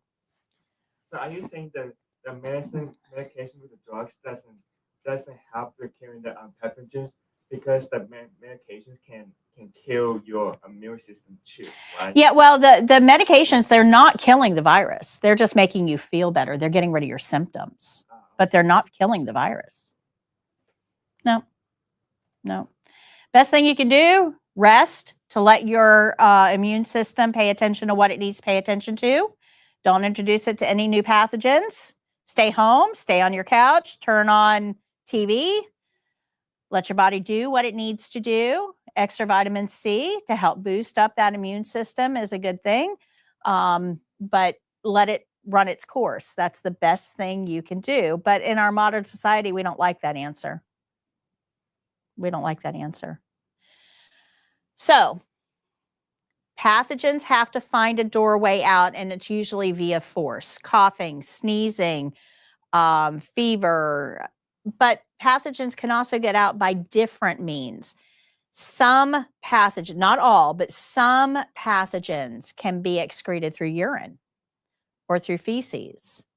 Some pathogens can be travel in the blood system, and they can be excreted through blood, wounds, bleeding. But they like where they live, and they're not going to leave unless they're kind of forced out. Go ahead. So any wet body opening is a potential doorway for those pathogens. Pathogens can leave through the eyes. They can leave through the nose. They can leave through the mouth. They can leave through the genital area, wounds, rashes, sores, or incisions. Any body opening, anything other than intact skin. What pathogens can't do is drill. They cannot drill. They can't push through your skin, not out or in. They have to leave or enter through a door that's already there. Good? Good. So if I take my bare hand and I touch this person's bare hand and my skin is intact and their skin is intact, there's no problem here because pathogens can't drill out through them and they can't drill into me.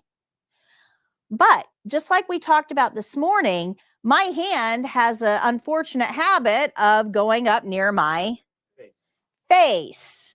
That's right.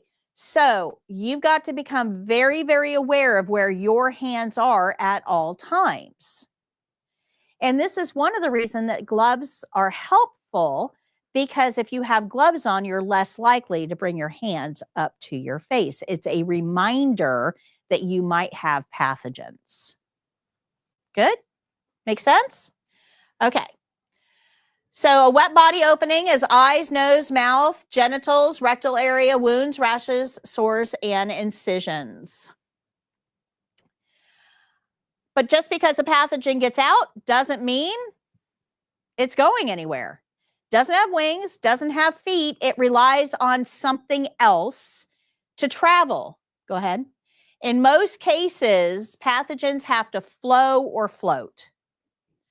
So they have to flow in liquid. This is usually blood, but could be urine, wound drainage, mucus. They can also float sometimes. Sometimes. So sometimes they can move in liquid, sometimes they can float, but very, very few are actually airborne. Very few, like less than this many are actually airborne. One of the ones that is airborne is measles. So out of all the pathogens we know, less than 5 are airborne, and one of them is measles. This is why we have to work so hard to eradicate measles, because it's in the air. We can't really do much about air. But the most common way, remember, airborne is not common. The most common way that pathogens get around are on mucus droplets that come out of you when you cough, when you sneeze, when you laugh, when you talk, runny nose, that type of thing. So mucus droplets. Now remember, these viruses are tiny. Think small, go smaller, right? So these viruses can hitch a ride on a mucus droplet that's in the air. Like as I'm talking here, some mucus is coming out. It's just normal, just a little bit of mucus. You can't really see it. The droplets are very small, and they might have a pathogen or two hitching a ride on them. But those droplets are heavy. They're heavier than the air. So they only go out a very small distance and then they fall. So anything that's traveling by droplet is only going to fall right in my immediate area, which we estimate to be no more than 6 feet. No more than 6 feet. So the majority of this patient's pathogens in this bed are going to be within 6 feet. Do you guys remember during COVID, we told you to stand 6 feet? Well, that tracks. Okay, so that tells us that COVID was spread via droplets, little pathogens on mucus droplets. Good? Make sense? Go ahead. Okay. So that's called the mode of transmission, how the pathogen is going to get from one place to another. It's either going to flow in body fluids, or it's going to float on mucus droplets, or the most common way is I'm going to touch it and then bring it to you and touch you. And this is how pathogens are spread in a clinical setting most often, because patients aren't within 6 feet of one another. They're not all up in each other's body fluids. The way pathogens spread in a clinical setting is because of us. We touch a pathogen. We keep it on our hands because we don't do good hand washing. And then we take it to another patient and we touch that patient and spread that pathogen. Helen, yeah, same thing. That's a body fluid. So vomiting, what we call emesis. Yeah, that would fall under body fluids. Okay, so just getting out of a patient that's hard enough. Getting to a new person is really hard. And then just because we got to another person, we're there, doesn't mean they're going to have a doorway we can get in. And if we stay outside of a body long enough, we do die. So pathogens have to work pretty hard to spread. They got to have another doorway. Luckily for them, we do this all day long, right? We make this easy for them. So part of working in healthcare is working on your own internal habits and being aware of where your hands are at all times. I used to teach a different class called Health Science Concepts. It was part of a higher level curriculum. And one of the activities that I gave students to do is go to a public place, like even like a restaurant, like a fast food restaurant or something. Sit down for an hour, take a notebook with you, and just put a mark every time you see somebody bring their hand to their face. Just within an hour, out in a public setting, just mark how many times you see somebody put their hand to their face. And most of the time, people would fill up an entire page. That's how often we put our hands near our face, and we don't think about it. We aren't aware of it. You need to become aware of it. So if someone has a wound anywhere on their body and it's scabbed up, does that mean that a pathogen can still get in it or not because it's closed? It's close. So a scab is the body's way of temporarily covering. So you know what a Band-Aid is, right? A scab is a body's natural Band-Aid. It's not going to stay there forever, just like a Band-Aid doesn't stay there forever, but it's a temporary covering to keep pathogens out. Yep, that's all a scab is. But we don't like scabs. What do we end up doing? Picking them. That's right. We pick our scabs because we don't like them. They feel weird. And then when we remove the scab, what did we create? An opening, a doorway. Absolutely. And we did it with dirty hands. Isn't that horrible? I'm guilty of that, guys.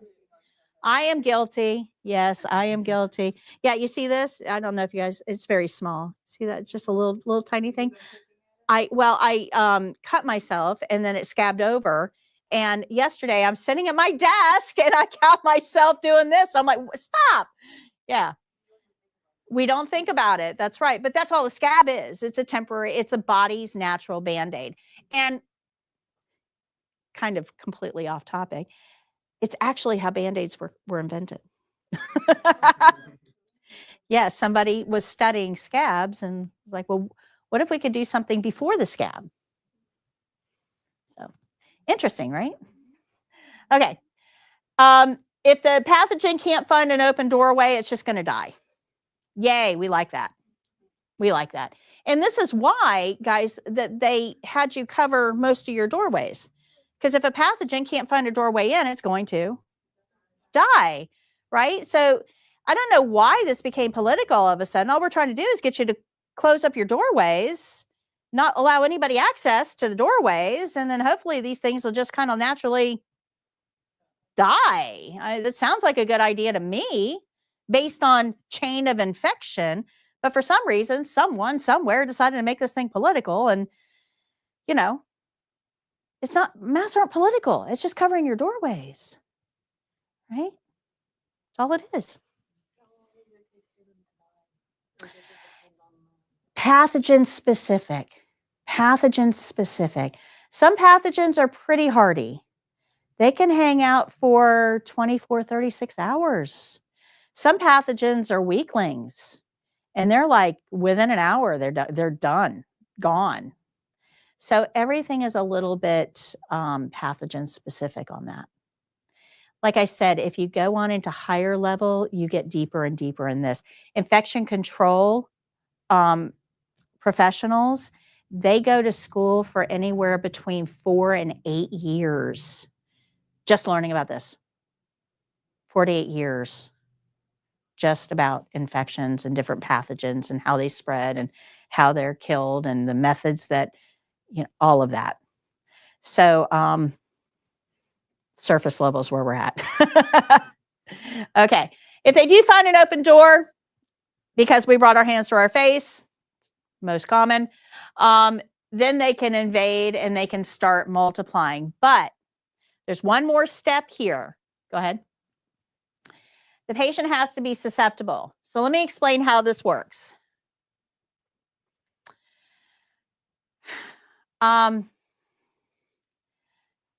Let's say we've got some bad guys on the outside of the door. Okay. There's a whole line of bad guys out there just waiting to come in, but they can't get through. The door's closed. They can't get in.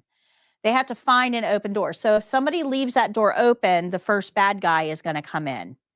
And when the bad guy comes in, Ethan's sitting there and he sees the bad guy and he's like, oh, you're a bad guy. You don't belong.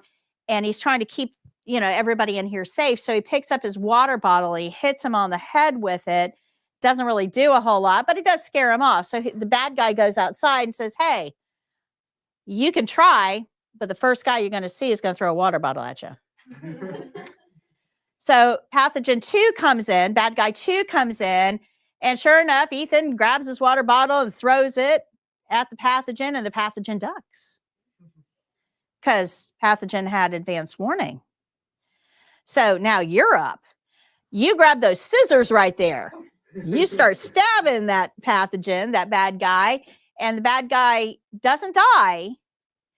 He just runs away, and he tells the other pathogens out there, hey, first guy's going to throw a water bottle, duck, but the second one, they're going to pick up some scissors. Make sure you've got some sort of protection. So third bad guy comes in, dodges the water bottle, has a chest plate on. So your scissors are useless. You pick up a gun, shoot it, dead, right? Good job. So now the rest of the pathogens out there don't know what our secret weapon is because that one didn't live to go back and tell. Got it? Okay. This is how immunity works. And bad guys have immunity. If we don't kill them, they pass on information. But our body has that same action. If we kill a pathogen, we keep a little index card in a filing cabinet that said, hey, water bottles don't work, scissors don't work, but a gun does. And we put it on like a little poster with a picture of the pathogen. And we put it in a filing cabinet. And a year from now, we're sitting in here and a pathogen forces its way in. You're going to go to that filing cabinet. You're going to look and you're going to go, oh, is this the right pathogen? And you're going to hold it up and it looks just, okay. And you're going to tell us to use the gun because we have instructions. We didn't have to wait for the water bottle and the scissors. We know what works right away. We can go straight for the right answer. We don't have to fumble through a whole bunch of things that don't work. Does that make sense? Okay, this is called immunity. So if you get invaded by a pathogen, but your body has seen that pathogen before and was able to overcome it, you have instructions right on board that tells your body how to kill that pathogen before it's able to make a bazillion copies of itself and make you sick. Isn't that cool? Yes. Okay. So when you get invaded, go ahead, Jake, you have to be susceptible, which means that you don't already have instructions on board of how to kill that pathogen. Now, most of our instructions come through just sheer trial and error. Bad guys come in, we try water bottles, we try scissors, we try hot coffee, we try fire extinguishers, we try all kinds of stuff. We know what doesn't work, and we finally figure out what does. That takes time. So we got sick. But then we finally got rid of the virus and kept notes. Most of our immunity comes through that system. But there are some times that we can actually give the body an index card that says, hey, in your travels, you might find this guy. You might actually see this guy. He might actually invade you at some point. And we have found that this is the best way to kill him. We can give you an index card for your filing cabinet. That way you don't have to go water bottle and scissors, and you don't have to go through all that. You can just pull out your index card, see how to kill them, and you kill them. It's a whole lot easier, isn't it? We call that a vaccine. Vaccine is just, they're putting an index card in your filing cabinet for you to be able to use later if you happen to come across that bad guy. That's what a vaccine does. Now, how they work, they all work a little bit different, but that's kind of the end result. Make sense? Good? Okay. So your best defense here is having an immune system that is healthy, ready to fight, and it has been trained on how to kill big pathogens. That's your best defense here. Go ahead. So since pathogens need a home to survive, and most pathogens don't live for very long on surfaces outside the body, surfaces in a clinical setting may be contaminated, like the call light or the curtain. They may be contaminated, but remember, those pathogens don't live for very long outside the body. So even though the pathogens are on these items, it doesn't necessarily mean that they're active. Good? Make sense? Okay. And please remember, pathogens do not drill through the skin. I can touch, way back when, a million years ago, oh my gosh, I'm really going to date myself here. Back in the late 80s, early 90s,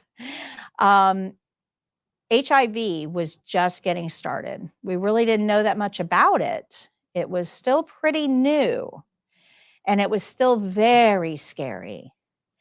And one of the jobs that I had as a brand new baby nurse was taking care of HIV positive patients. And every once in a while, I would be assigned an HIV positive patient, and there was a lot of fear. People wouldn't touch a patient with HIV because they were afraid. But pathogens don't drill. Remember, they can't get out through the skin, and they can't get in through the skin. So touching a patient with HIV, there's no danger. As long as I've washed my hands before and after.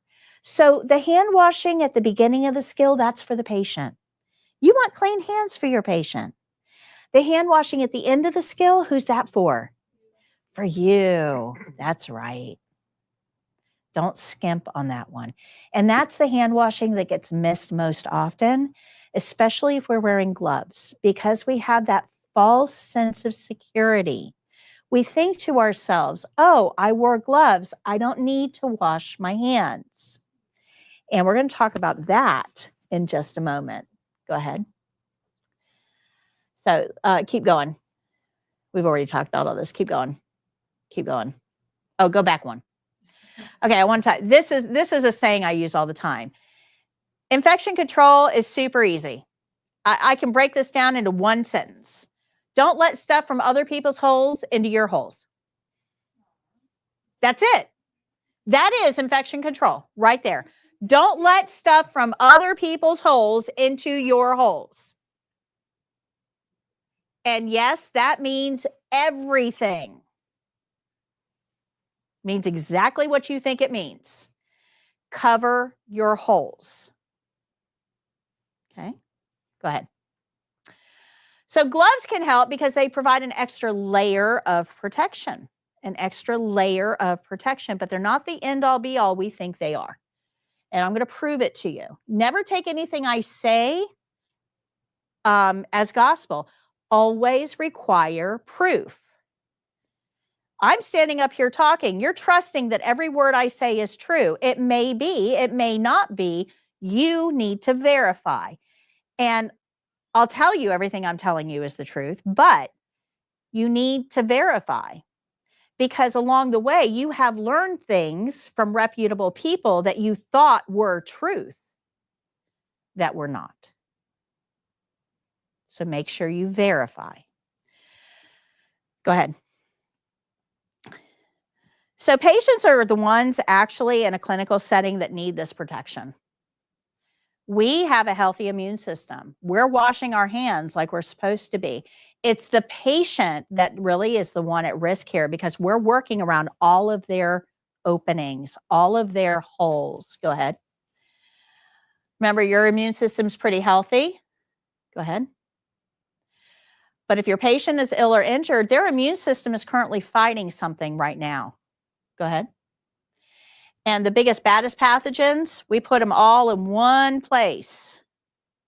So we have got patients with big, bad pathogens all grouped together, And if our patient's immune system is currently fighting these bad guys and we bring these ones to the party, those white blood cells, there's not enough of them to kill both. And this is how our patients end up really sick or dying.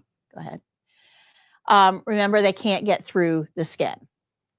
Now, this is important because as CNAs, this is what we're helping our patient. Go ahead. This is what we're helping our patients with. There's a lot of holes here. We're working around holes all day long. Go ahead.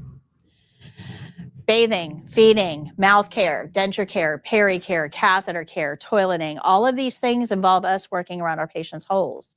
So holes are a way for pathogens to get out, but they're also a way for pathogens to get in. This is why this topic is so important for CNAs.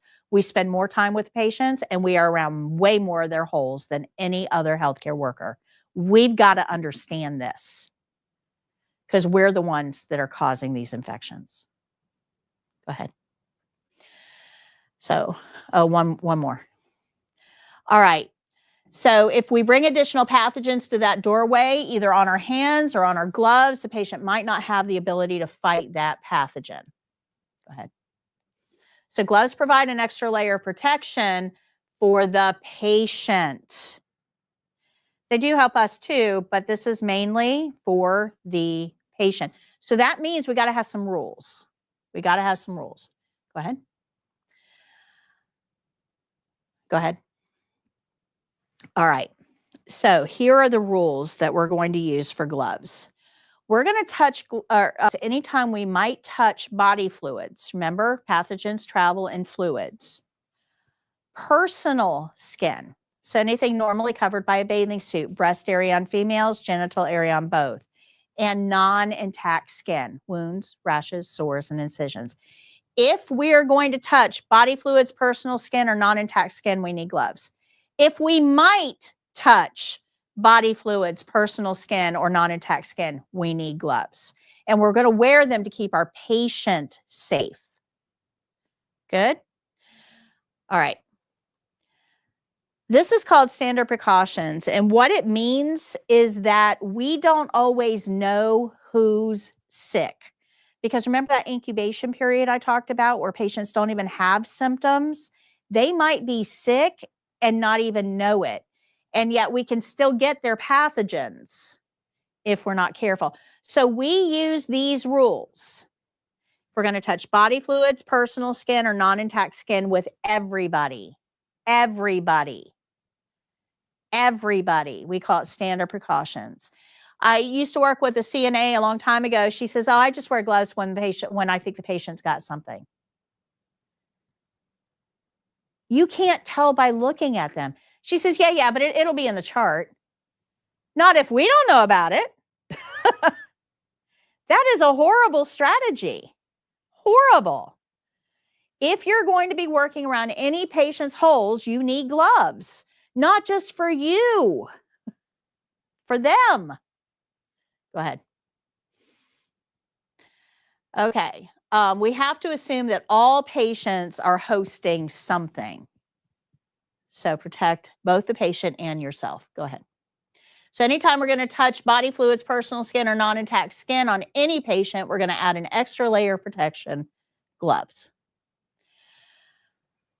We call this standard precautions or universal precautions because they apply to everyone. You will get a question on the state exam about these terms, standard precautions or universal precautions. It just means that if we're going to touch body fluids, personal skin, or non-intact skin on anyone, we wear gloves. Go ahead. If we're going to wear gloves, the first thing those gloves should touch, though, is the patient, not everything in their environment. We don't put gloves on and close the curtain. Is that curtain clean? No. You've just cootied up your gloves, and now you're going to touch the patient with those? We don't touch our supplies with gloves. We don't touch the bed with gloves. We don't touch anything with gloves other than the patient.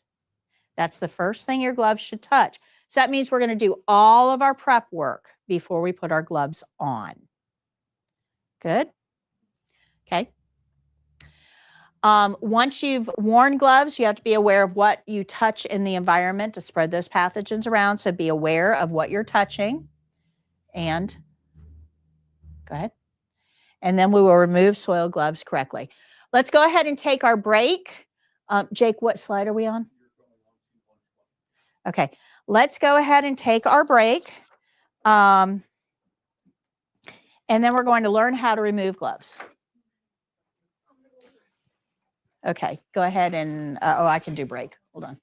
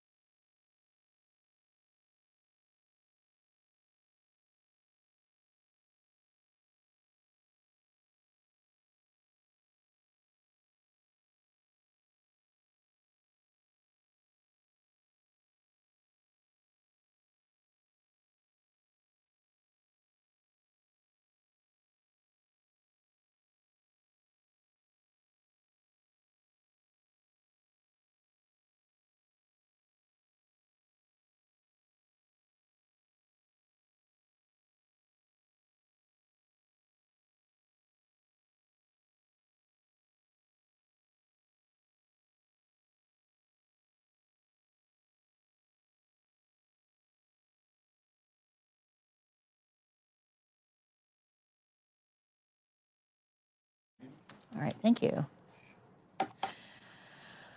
All right, let's talk about gloves. Now that we know when we're supposed to wear them, why we're supposed to wear them, and who we're supposed to wear them for, let's talk about gloves because they are not the suit of armor you think they are. This is confusing to a lot of people. Go ahead and advance. I'm going to try to get through this quickly. Balloons. We're all familiar with these, right? Balloons, latex balloons. They're the same material as most gloves. There are vinyl gloves, there are nitrile gloves, but most gloves are made out of latex, same material. If you've ever had a balloon that's filled up with helium, over time that balloon deflates, right? How does that happen? With the air. Okay, air seeps out. Where does the air seep out? That's exactly it.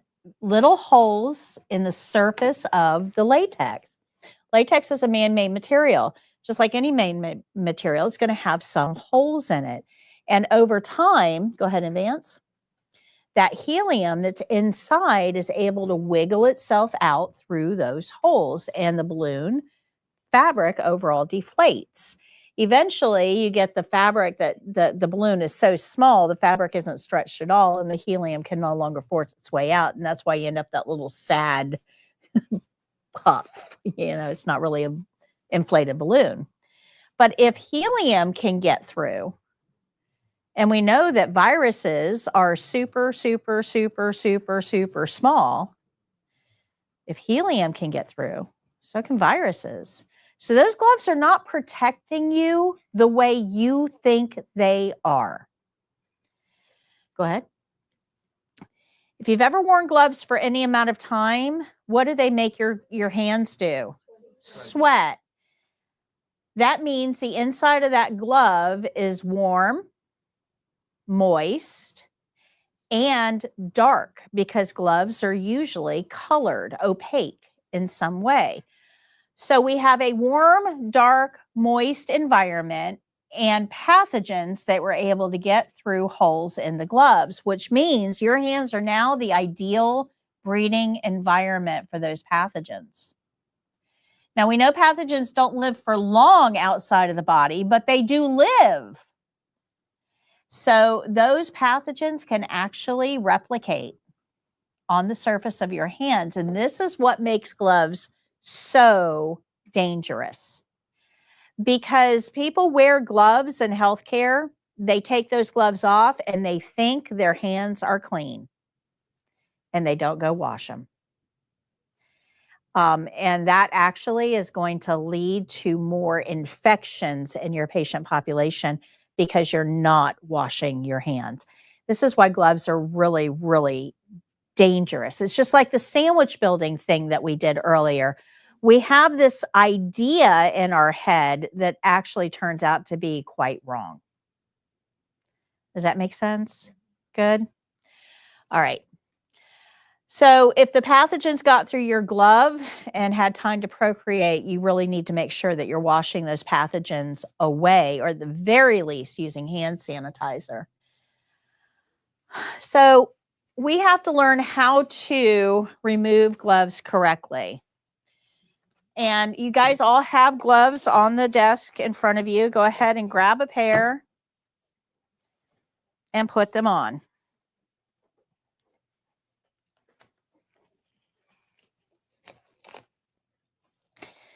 You want gloves to fit, but not be too terribly tight, because just like that balloon, if those gloves are super, super tight, when you put them on, that fabric is stretching, which makes the holes bigger. So you want them to fit, but not be too tight. All right, gloves. Once you have them on and you've touched stuff, they are now dirty. How do we get them off without contaminating ourselves? The way we do that. Oh, okay. The way we do that is dirty glove can touch dirty glove. All day long, this is not a problem, but dirty glove cannot touch skin. So in order to get my gloves off, I'm going to pinch up at the cuff down here at the palm of the hand, not go under. I don't want my dirty glove to touch my skin. So pinch up and pull that off inside out. And then we're going to wind it up. Nope, don't go under. Pinch, yeah, pinch there. Pull that off. Wind it up in this hand. You want control of that glove. You don't want it to swing all over, spreading pathogens everywhere. Now, skin can touch skin. So I'm going to go up underneath this glove and take it off. So one inside out glove is inside the other inside out glove. Now you can take those home and clean your toilet if you want, or throw them away. Go ahead. So I have a lesson on this on page 43, tells you step by step how to do that. Go ahead. And then I have a picture here that will show you. You want to pinch up near the cuff, pull that inside out and ball it up in the palm of your hand, and then go underneath the glove and pull that one off. Good. You know that powder you have on your hands now? Kind of feels irritating. A lot of gloves have powder on the inside.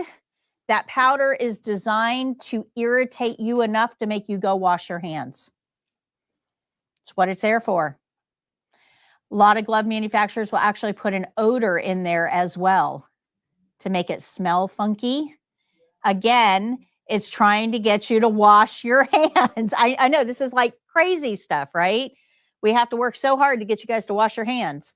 Go ahead. So those were glove rules. Okay. Keep going. You guys know about the flashcards. All right. So now we can finally get to learning about the pulse. So if we go back to page 52 and 53, 52 gives us our overview. 53 gives us step-by-step instructions. Go ahead. And let's look at that care plan. One more, Jake. Let's look at that care plan one more time so we can learn how to do this skill. Patient will be lying in bed for skill. Take the patient's radial pulse measured at the wrist for 1 full minute and record your readings. So let's go through what a pulse is. So you have a heart on the left side of your chest. That heart squeezes. When that heart squeezes, it pushes out a wave of blood. That wave pushes the one in front of it. That wave pushes the one in front of it. This is how blood moves through your circulatory system. So if I were to cut a hole in your artery, I would see a wave and a valley, a wave and a valley, a wave and a valley.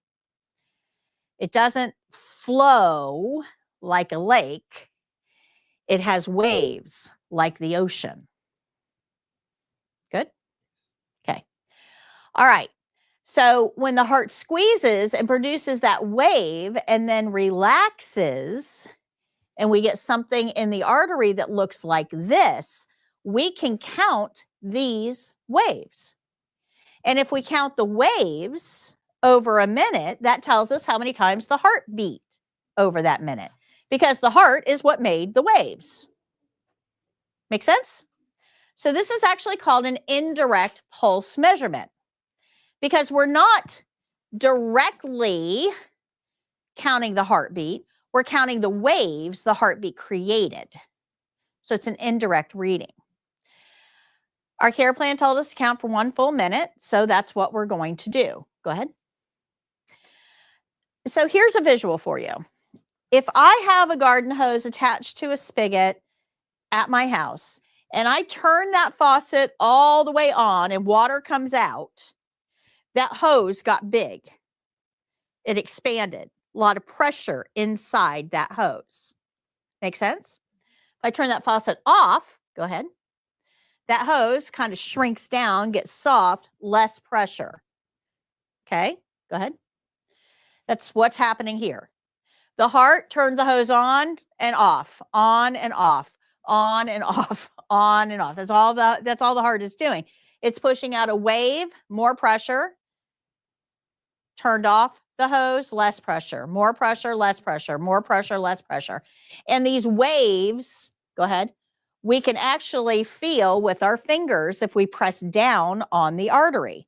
That's all we're counting here. That's what a pulse is. We're going to count the waves we feel under our finger. We don't want to use our thumb. Thumb has its own artery. you'll get your own pulse. That won't help us. So 2 fingers, we press down on the artery, and then we just count the thumps as they go by. 1, 2, 3, 4. As the thumps go, or as the waves go by, you'll feel them as thumps. So we count the thumps for as long as the care plan tells us to. Normal is between 60 and 100. So when we're counting the pulse, we want to make sure the elbow is supported on the bed. Don't leave the arm hanging out in midair. This takes muscle strength. If I ask you to hold your arm up like this for a full minute, your arm's going to get tired. This takes strength. So that means my muscles have to contract to keep my arm in this position. Contracting muscles need more blood. So my heart rate is going to increase. See how that could be a problem? We're not going to get accurate. So when we're taking a pulse, we need that elbow supported. So let's say you have like a heart murmur or like an abnormal heartbeat. The rate is supposed to be 60 to 100. Would it be differently? Well, so there's rate and there's rhythm. Okay. Rate is how fast the heart beats, how many thumps. Rhythm is how regular those thumps are. So normal rate is between 60 and 100. Normal rhythm is something predictable. Okay. Make sense? Good. Heart murmur is something totally different. We don't pick up heart murmurs here. It has nothing to do with this. But if you have an irregular heart rate, we will pick that up here. An irregular heart rate, so a normal heart rhythm would be something like this.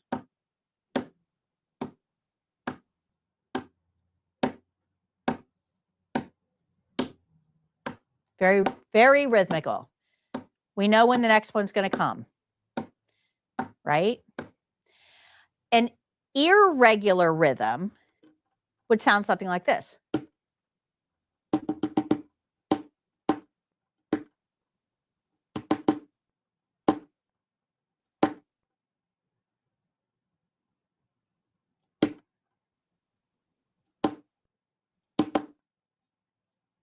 There's no rhythm there. You have no idea when the next one's going to come. Do you guys see the difference there? Okay. If it is not regular, it needs to be reported. Good? Makes sense? Good? Okay. Anything outside of our normal values of 60 to 100 needs to be reported. Now, let me tell you about this real quickly, though. And we aren't going to get to all of our skills today. I know that. We'll reevaluate a little bit later, but because I'm late. But I do want to explain this. 60 to 100 is normal, okay? But there are patients that are going to have a heart rate well below 60, and we don't get upset over that. Or you might have patients that have a heart rate above 100, and the nurse doesn't get upset over it. And then you're going to have patients that have a heart rate of below 60, and the nurse goes all crazy. And you're going to be like, well, wait a minute. You didn't get upset over that guy's low heart rate, but you get upset over her low heart rate. Why? So let me explain why. Cardio athletes. So cardio athletes are people that work get their heart rate up for a long period of time. These are going to be your runners, your cyclists, your swimmers, cardio activity. Now, I'm not talking about the people that go to the gym 3 times a week and do an hour on, the bike. It's not who I'm talking about. The Lance Armstrongs. Okay, those that this is their job. Your heart is a muscle, just like any other muscle in your body. If you work that muscle a lot, it's going to get stronger. If I pick up barbells and I do this all day, every day, I'm going to have biceps to kill for, right? I clearly don't, but if I did, I would have some biceps, right? Because I'm working that muscle group. Well, when we do cardio activity, we're working our heart muscle. So those that do cardio activity, and they strengthen that heart muscle, their heart only has to beat once and it pushes out a ton of blood. Where my heart, I don't do much cardio. So my heart just kind of goes, It's got to beat faster because in order to get the same amount of blood around, because it's not as powerful. Each one of those compressions isn't as powerful. Where somebody that does cardio, their heart can, when it compresses, it goes woof, right? Lots of blood went out. So one of those woofs is worth 3 of my Make sense? Okay. So nurses will often disregard a low heart rate in somebody who is very physically fit. It's to be expected. Now, bodybuilders, on the other hand, are on the opposite end of the spectrum because bodybuilders don't do cardio. Cardio leans you out. Bodybuilders don't want to be lean. They want to be bulk. So they don't do a lot of cardio. They do a lot of skeletal muscle, which means that we gave the heart a whole lot more muscle to feed, but we didn't strengthen the pump. So bodybuilders often have a higher heart rate because we have to feed all of that new muscle. Does that make sense? Okay. So this is all part of the nurse's assessment, is to figure out everything about that patient. So when you go to that nurse and you say the heart rate is only 44, and the nurse may say, okay, that's fine. Another patient, you may say the heart rate's 44, and then the nurse goes running down the hallway. Same pulse rate, different responses because they're different patients. So if they have an abnormal rhythm, they're probably gonna have an abnormal heart rate. Maybe, maybe not. So if they There, have a normal heart rate and they have an abnormal rhythm, they still have to report the abnormal. if either one is abnormal, we report it. Either one is abnormal. Either one. They're not necessarily tied together in the way that you would think. You can have a completely irregular rhythm, just boom, boom, boom, boom, boom, boom, boom, boom, boom, boom, boom. And it still falls between 60 and 100, although there's no rhythm to it at all, right? So it might be a normal rate, but the rhythm is all messed up. So they're not tied. How fast it beats and the rhythm it beats are not necessarily tied together. Okay. All right. We're going to use our fingertips, not the flat area of our fingers, because our fingertips have more nerve endings. So you don't want to use this part when you're trying to feel for an artery. You want to use your fingertips. And the radial pulse is located on the thumb side at the top of the wrist. So let me show you where to find this.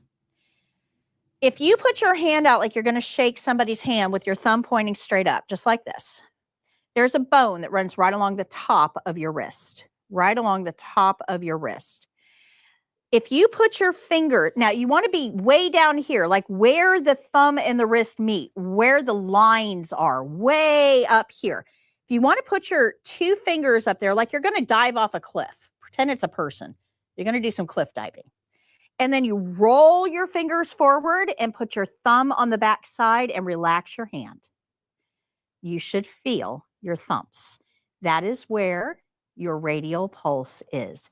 It's located way up here, where your lines are, the bendy part of the wrist, way up here, just below that bone. And remember, we want to use our fingertips, not the flat area of our fingers. Now, let's talk about the thumb on the back. Go ahead, Jake. Let's talk about the thumb on the back.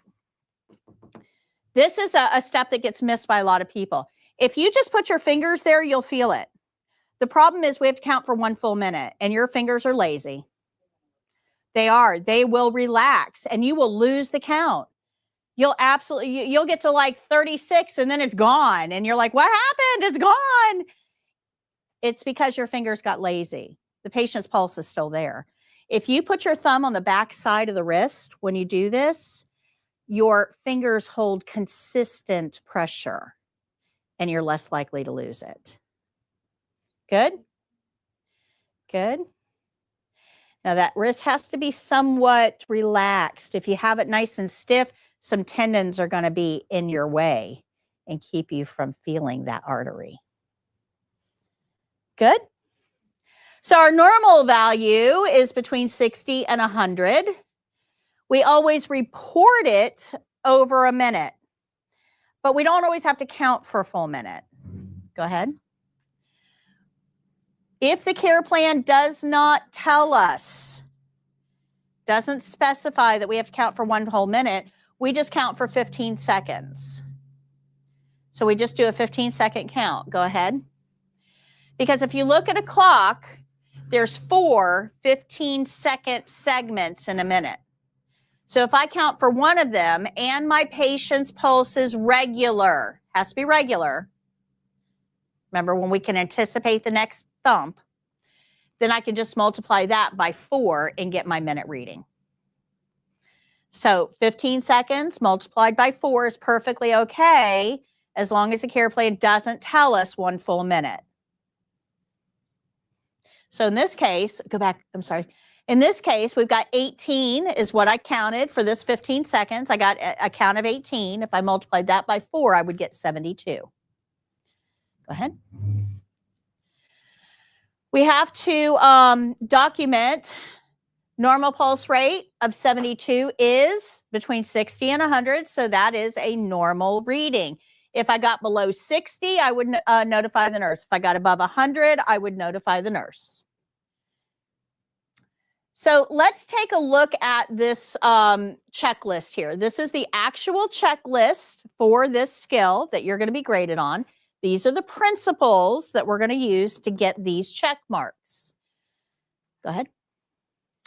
So our care plan told us to take the radial pulse measured at the wrist, and the checklist is going to make sure that you are using the radial pulse at the wrist, right? So if we use a carotid pulse, are we going to get that checked off? No. Okay, go ahead. It also tells us to count for 1 full minute. If we do anything else, are we getting that checked off? Okay. It tells us to record your readings. Care plan says record the readings. If we don't write it down, are we getting that checked off? No. Let's time out there for a second. If I ask you to take a pulse, if I have it on the care plan that you need to take a pulse, that is not busy work. That means that I, as the nurse, need that pulse reading for something. I either need it to give a medication, I need it to evaluate the effects of a medication, I need it to clear a patient for a procedure. I need that reading for something. So if I ask you to do a task and you do that task, but you don't write it down, does that give me the information I need? No. So it's just, for me, it's just as if you never did it. I don't have the information I need. Do you guys see that? Documenting is one of the most important steps of this skill. Because if you do the task, it's not about you, is it? Who is it about? It's about the patient. The patient. If you do the task, but you didn't write it down, the patient doesn't get the benefit of it. Good? Does that make sense? So documenting is one of the most important checkpoints of this. Okay, so we're also going to, have all of our opening tasks here. Knocking is a checkpoint. Greeting the resident is a checkpoint. Addressing them by name is a checkpoint. Introducing ourselves is a checkpoint. Describing the skill is a checkpoint. Obtaining permission is a checkpoint. Closing the curtain is a checkpoint.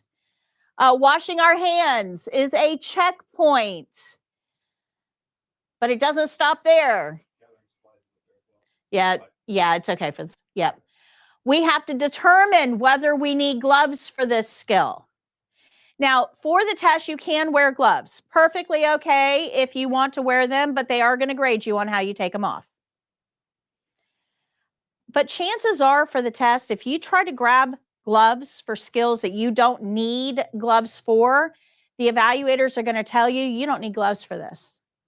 And that's because gloves are expensive.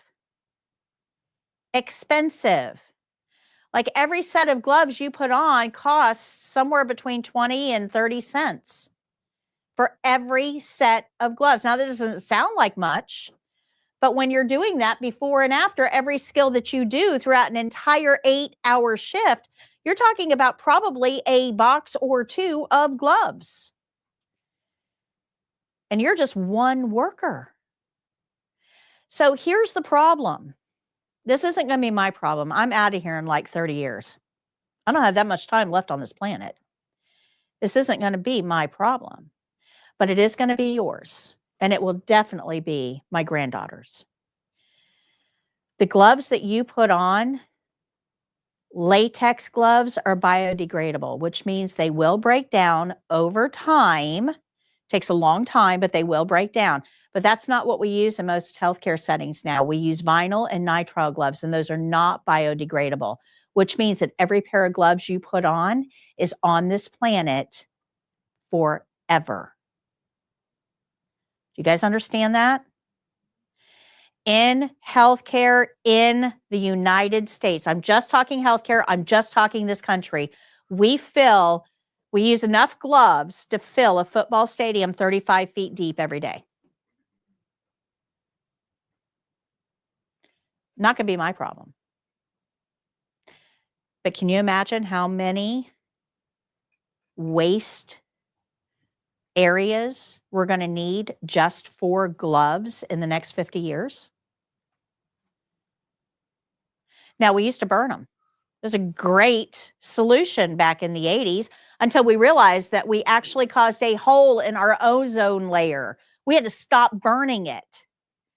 We burned all medical waste. My very first office was right next to the incinerator, which was great because I was always cold. But we had to stop doing that. So we just stockpiled them. All medical waste. Just stockpiled it. And it started to get out of control. And somebody said, you know what? There's a big ocean out here. Nobody's using it. So we got these big metal drums, put all the medical waste in there, poked holes in the top, drug it out to the middle of the Pacific Ocean, and dropped it in. And the vats filled up with water. They sunk down.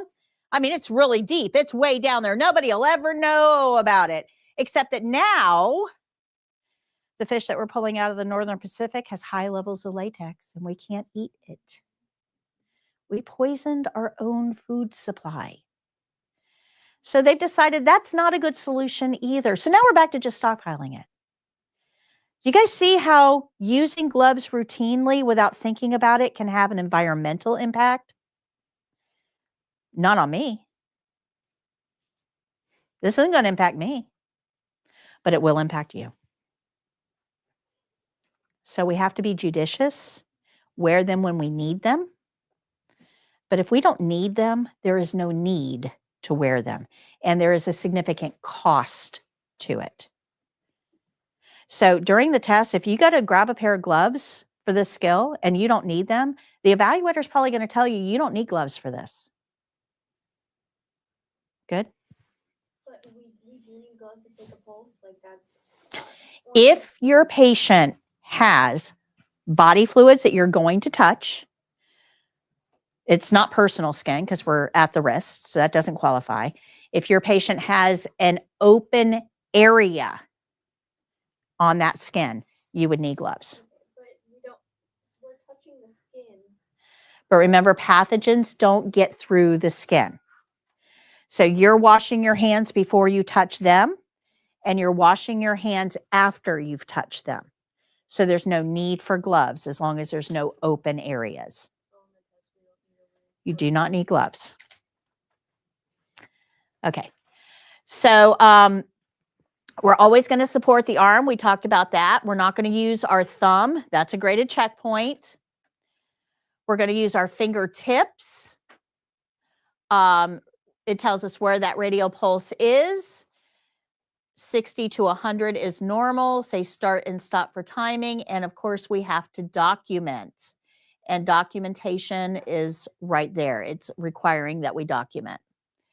And then we have the closing. We want to make sure that the bed is in the low position.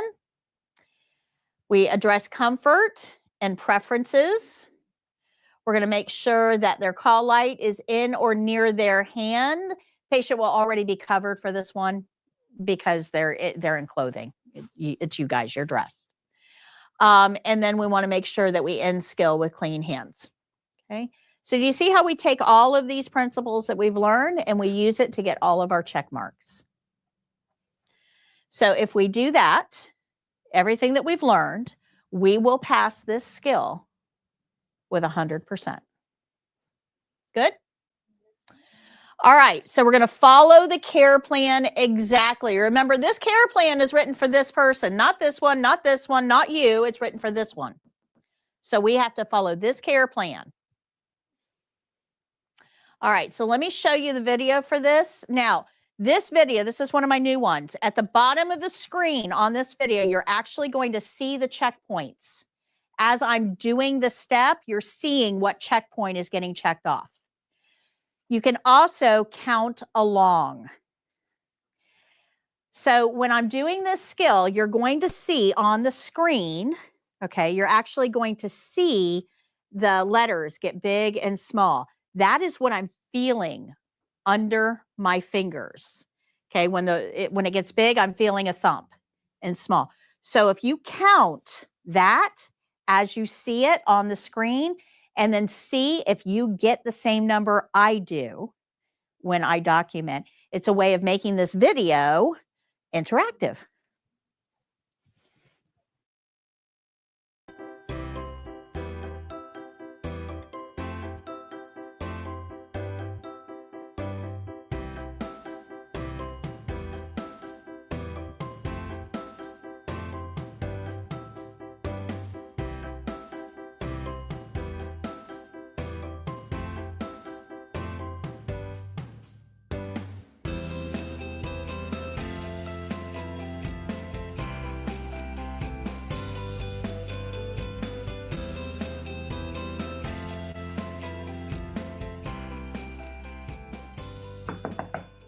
Hello, Hi, Mr. Jones. My name is Patty. I'm your CNA today. How are you? I'm well. How are you? Wonderful. I need to take your pulse. Is that okay? Yes.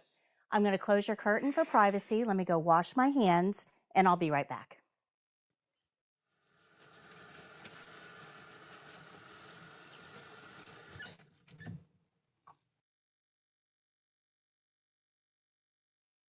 Okay, now that I've washed my hands, I'm going to elevate your forearm, keeping your elbow on the bed. I'm going to find the pulse, which is on the thumb side of the wrist. 2 fingers, thumb on the back.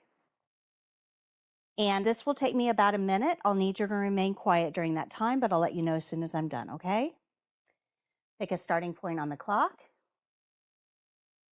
Ready, set,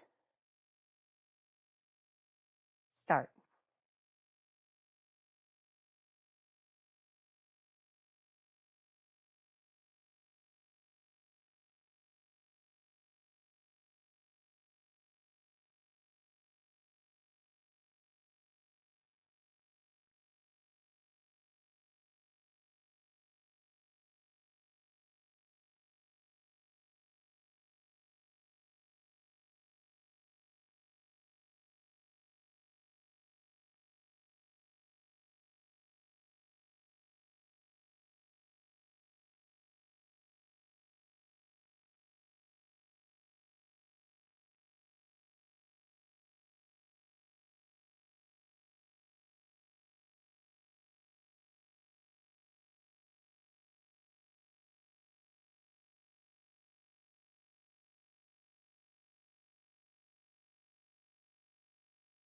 Stop. Thank you very much, Mr. Jones. Are you comfortable? Yes. Would you like a magazine before I go? No, thank you. Your environment is clean. Here's your call light. If you need anything at all, just press that red button and we'll be happy to help you. I'm going to go ahead and open the curtain. The bed is in the low position. I'm going to go wash my hands.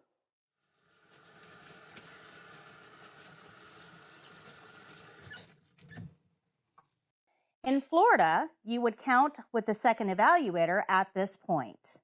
For the purposes of this demonstration, I'm going to document and wash my hands.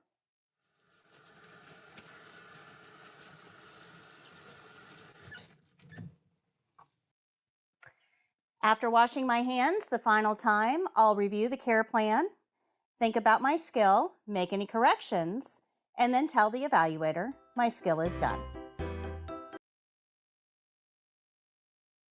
So remember that anytime we document, we have to wash our hands before we document and again after we document.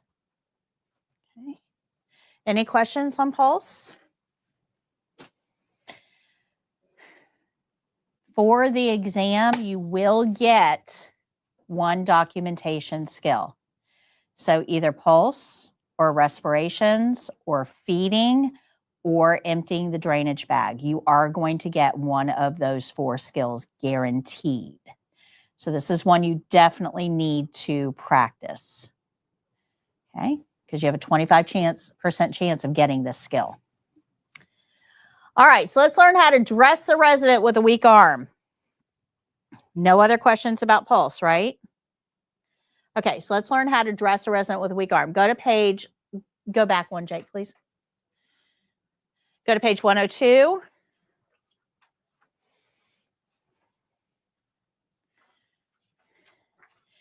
And this provides an overview of this particular skill. Down the side here, you'll see all the principles involved. The black one is the test-specific steps that we have to learn. I have a video for this, but all of these principles are spelled out here. And if you look, there's some here we don't know yet. So we got to learn. Down here is test-specific information. Somebody with your level of experience should be able to do this skill in 14 minutes or less. We're going to see the care plan in a minute, and it's just going to tell us to put socks, pants, and shirts on this patient. That's it. Socks, pants, and shirt. They're giving us 14 minutes to do that, guys. It does not take 14 minutes to put socks and pants and shirt on a person, on a mannequin. It does not take 14 minutes. You've got plenty of time here. Even when you put an opening and a closing in there, you saw how long the opening and closing took, right? Not very long. So you've got plenty of time. Do not rush these skills. You've got lots of time. Okay. This is going to be a mannequin skill. We're going to do this on a mannequin, not a real person. That mannequin will be laying in bed for this skill. Charting is not required for this particular skill. Go ahead. So at the top of page 103, you see our care plan. You also have step-by-step instructions and the supplies needed for this skill. Go ahead. Here's our care plan. The same thing that's on the top of page 103. Dress the resident in a long sleeve, button front, or snap front shirt. Stop there, time out. It's specifying long sleeves. What do we need to put on the patient? Does it matter how hot it is? No, long sleeves means long sleeves. Long sleeves are used for things other than temperature. It can be used to cover wounds. It can be used to protect the skin from sun exposure. There are certain conditions that promote photosensitivity, which means extreme sensitivity to sunlight. It could be used because of different medications. There's a lot of reasons why we need long sleeves, and they're not all temperature related. So it doesn't matter what you think. What does our care plan say? Long sleeves. On the test, you're going to have a supply shelf, and you're going to have clothing on that supply shelf. One of the things is going to be a short sleeve, and one's going to be a long sleeve. Which one are you going to grab? Long sleeve. Long sleeve. Then it tells us a button or snap front shirt. Let's talk about that. When a patient has a weak or affected arm of some sort, whether it's surgery, whether it's weakness, whether it's a mobility issue, it doesn't matter.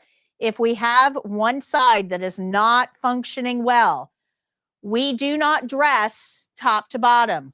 Like the t-shirts you guys all put on, were pullover shirts. This is a pullover, top to bottom. We don't do that. We dress side to side. So we tell that patient or family, go get shirts that button or snap up the front. That's what the patient's going to wear. And we have a very specific way we're going to do this. But remember, if our care plan says button or snap front, that means we're dressing side to side, not top to bottom. Then it says pants and socks. Does it say undergarments? So we follow the So for the test, are we putting undergarments on? Do we care? No. Follow the care plan. We don't need to know why we don't have undergarments. We don't. That's it. Not our problem. It tells us the resident's laying in bed, has a weak right arm. That's going to be important. You need to know which side is weak. The resident is not able to help with dressing, and after dressing, leave the resident in bed. All right, so let's figure out how to do this. If you look down here, you can see all the principles involved in this skill. We have 3 we don't know yet. So we're going to go through these, and they're very quick. These are very easy principles to learn. So let's start with barrier. Go ahead. Principle. Oh, go back. I'm sorry. Principle. This stuff won't be on the care plan, guys. This is stuff you're expected to know. Nobody's going to tell you on the care plan to knock. They're not going to tell you on the care plan to get supplies. They're not going to tell you on the care plan to make sure the bed is in the low position at the end of the skill. This is all what we call best nursing practices. These are things you have to know. This is why you come to class. This tells you what to do once you have this knowledge. Got it? Okay. All right, so keep going. Yeah, that's good. All right, so let's learn barrier. This is where we're going to start. This is on page 84. Remember, everything that I teach you in here, I have a lesson on in the book. So when you're looking at this page, page 84, it tells you all the steps in the barrier rules. And then over on this side, it tells you all of the skills that we're going to use this rule on. So you can see that like most of them are going to require a barrier. So this is one of those principles we're going to use a lot. Basically, anytime we have supplies, we need a barrier. Go ahead. And these are the notes. Page 85. Remember, I told you don't have to take notes. I've done that for you. Page 85 is your notes. All right. So these tables are not considered clean. They're used for everything. This is the only surface your patient can reach most of the time. They're used for food trays, but they're also used to hold chapstick and Kleenex and crossword puzzle books and cell phones and all kinds of stuff. This is not a clean surface. The problem is that I am working with clean supplies. I cannot put a clean supply on this surface. It's not clean. Now, in most cases, in a clinical setting, your trays are going to look something like this. For the test, they'll be like this. For the test, they're empty. And that is a wonderful thing because it makes it easy. But in a clinical setting, they won't be empty like this. You're going to have a whole bunch of stuff on there. Carve out a small space for yourself, okay? Just work with what you got. But for the test, they make it easy. The entire table is empty. Go ahead. All right, so the supplies we use, when we get supplies out of the cabinet, these supplies are clean. And we're going to get our supplies after we wash our hands. Go ahead. We have to have clean hands to get our clean supplies. But if we have clean supplies and we have to have a place to put them, this table is not it. This table is not clean. So we're going to use a barrier to create a clean surface of our table. And for the test, we're going to use a very specific kind of barrier. This is called a disposable underpad. It's a type of underpad that we throw away when we're done with it. It's disposable. We call it a chucks because you chuck it after you're done with it. Okay. Remember I said everything in healthcare has 2 names. Okay. So this barrier, also known as a chucks or an underpad, has 2 sides. It has an absorbent side and it has a waterproof side. When you put this on the table, you want to put it on so that the absorbent side is facing up. Okay, good. All right. So the supplies that we're going to use on the patient are clean. We're only going to touch it, go ahead, with clean hands. So we do our opening. Hi, Mr. Jones. My name is Patty. I'm your CNA today. How are you? I'm here to whatever. Is that okay? Close curtain, wash hands. Now I can go get my supplies, but I have to have a place to put them. Go ahead. So, because I have to have a place to put them, we're going to put a barrier down first. So that's the first thing I'm going to do is go get that barrier and put it on the table. Then go back and get the rest of my supplies and put those on the table.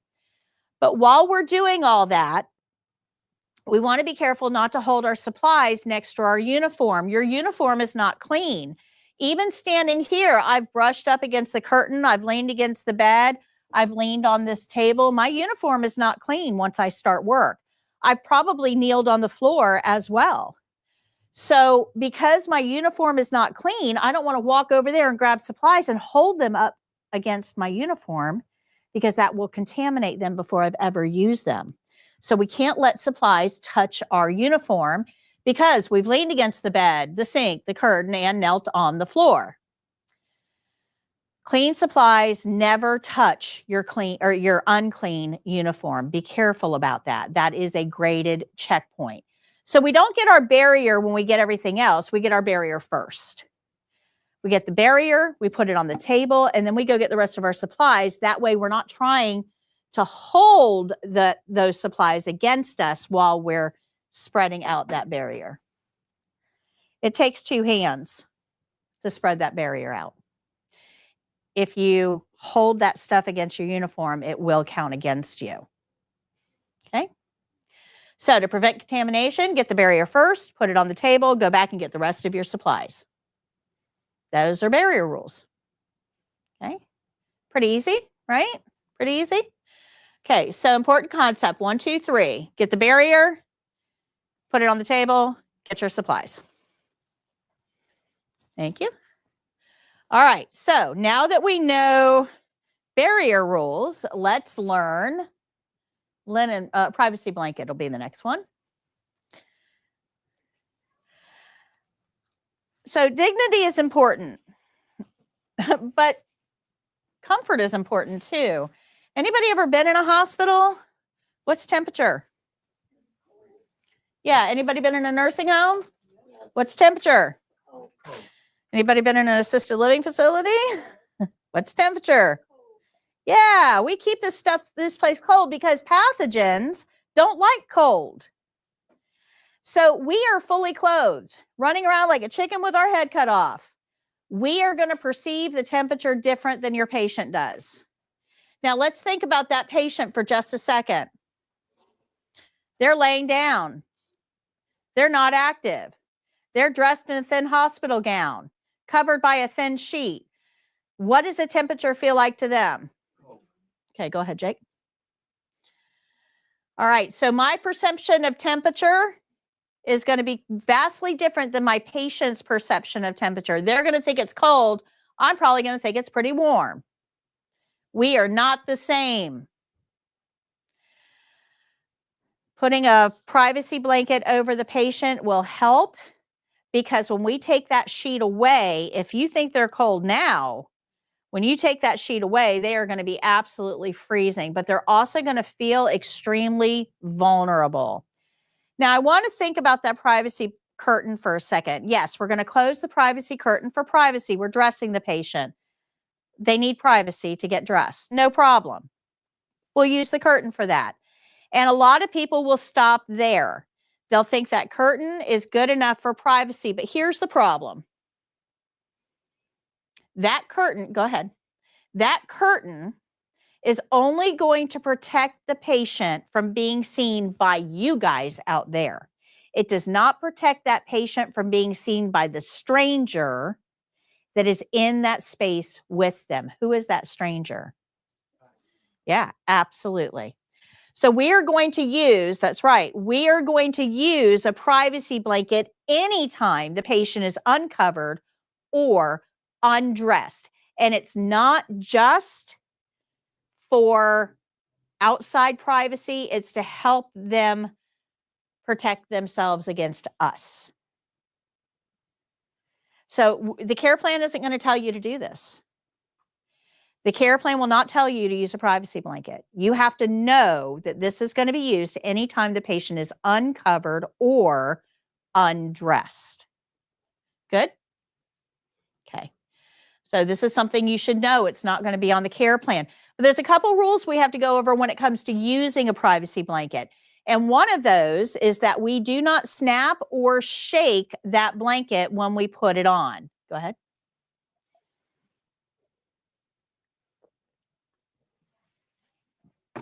If I take a privacy blanket and I do what I do at home, we all do this at home, right? Yes. We do something like this.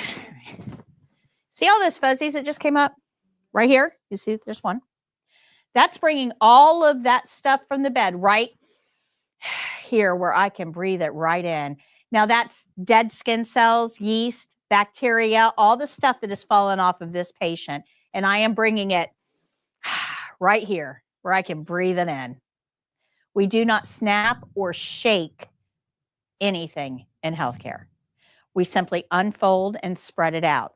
We want to put it on top of the sheet, and then we're going to hold that blanket to pull the sheet down underneath. This way, your patient is always covered. If we take the sheet away and then put the blanket on, we've exposed the patient. So the blanket goes over the sheet gets pulled down under the blanket. Don't snap or shake the blanket. At the end of the skill, we'll pull that sheet up over the blanket, and then we can remove the blanket from underneath. Anything you remove from the bed, you want to roll up in a ball so that trailing edges don't contaminate other surfaces. Good? Go ahead. So we don't snap or shake the blanket. We pull the sheet down underneath. And anytime we remove the privacy blanket, you want to do it without gloves because this sheet ends, what's here? What's on faces? Holes. So do I want to touch this edge of the sheet with dirty gloves? No. It's going to go right up next to their face. So privacy blankets are always removed after you take your gloves off. Okay, good. It's okay to touch the sheet with bare hands because it's the patient's cooties, but you don't want the gloves. Good. All right, so that's all of privacy blanket. Easy peasy. Let's move on to linen rules. Linen rules, page 86, are going to be used in about half of the skills that we do. Notes are on page 87.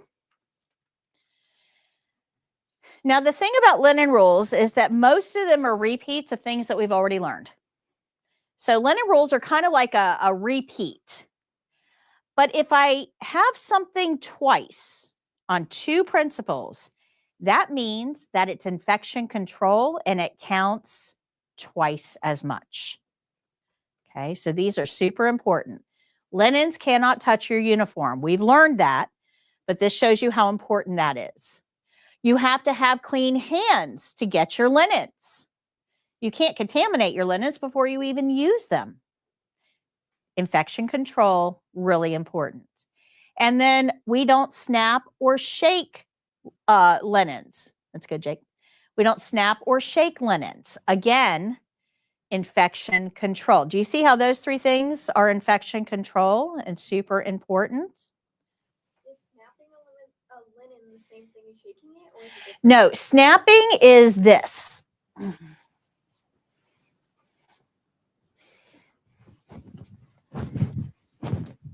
Okay, shaking would just be snapping. Snapping. All right. So the next two we're going to skip for right now. We're going to come back to those next week, but I want to talk about the last one. In healthcare, if you take something off of this supply cabinet, you cannot return it to supplies. This is like an ATM. Stuff comes out, it doesn't go back. Okay. So if you take something off of this supply shelf, you can't put it back. If you don't use it, we got to figure out what to do with it. And in healthcare, we can't assume anything outside of our site is clean. So if we take supplies and we don't use all of those supplies, you can't leave them in the room for later because they're out of your sight and you have no idea if they're still clean. So anything we don't use has to be discarded.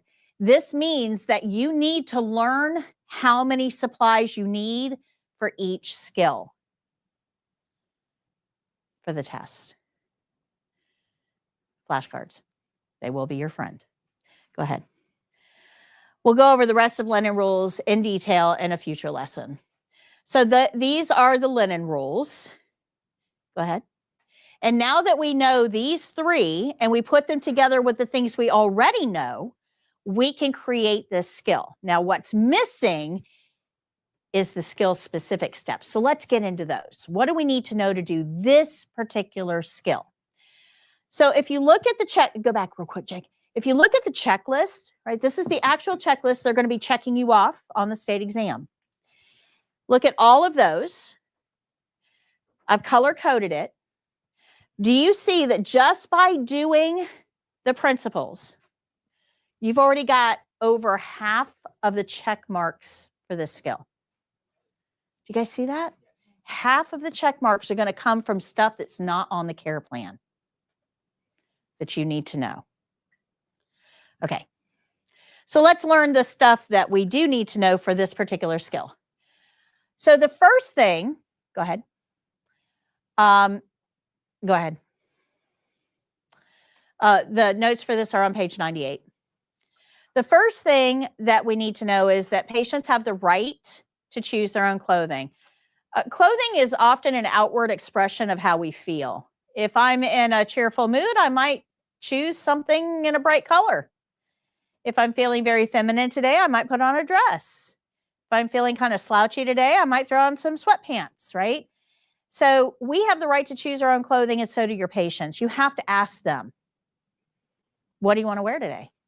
And the patient will describe an outfit. Now, for the test, the evaluator plays the voice of the mannequin. So you're going to ask the mannequin, what do you want to wear today? And the evaluator is going to answer. What if they want to wear something that's not on the care? Okay, so if they want to wear something that's not on the care, let's say they ask for a short sleeve shirt. And remember, our care plan told us long sleeve. Excuse me. So they ask for a short sleeve shirt. We would have to tell them, I'm sorry, the care plan requires a long sleeve. If you don't want that, I'll go let the nurse know. It's up to the nurse to come back and explain to the patient why we need long sleeves. Education is not our domain. It's the nurses. We just have to let the nurse know there's an opportunity for education there. Okay. But sometimes your patients will choose something that does not match. Like, I want my yellow flowered shirt and my purple plaid pants. And you're like, oh no, that does not go. Well, you are actually judged on the way your patients look in a facility. You are. It's that simple. So if your patient describes something that does not go together, you have the right to suggest an alternative. How about your white shirt with those pants? That would look very nice. Sometimes they'll go, oh, yeah, that's what I meant, because they want to look nice. Sometimes they'll go, no, I want my yellow flowered shirt. As long as it's okay on the care plan, we'll dress them in whatever they want, right? We're going to honor their wishes. But you can suggest alternatives because you are judged. You're judged by the other nurses. You're judged by families, you're judged by administration, and you want to make sure your patients reflect the level of care you're providing. Good? You want to get the clothing before you undress the patient. Don't take all of their clothes off and then just leave them there while you go get clothes. And I know this is crazy, right? This is an actual checkpoint. So that tells you that people have done this. If it's a checkpoint, it means it's a problem. So get the clothes before you undress the patient. That just makes sense.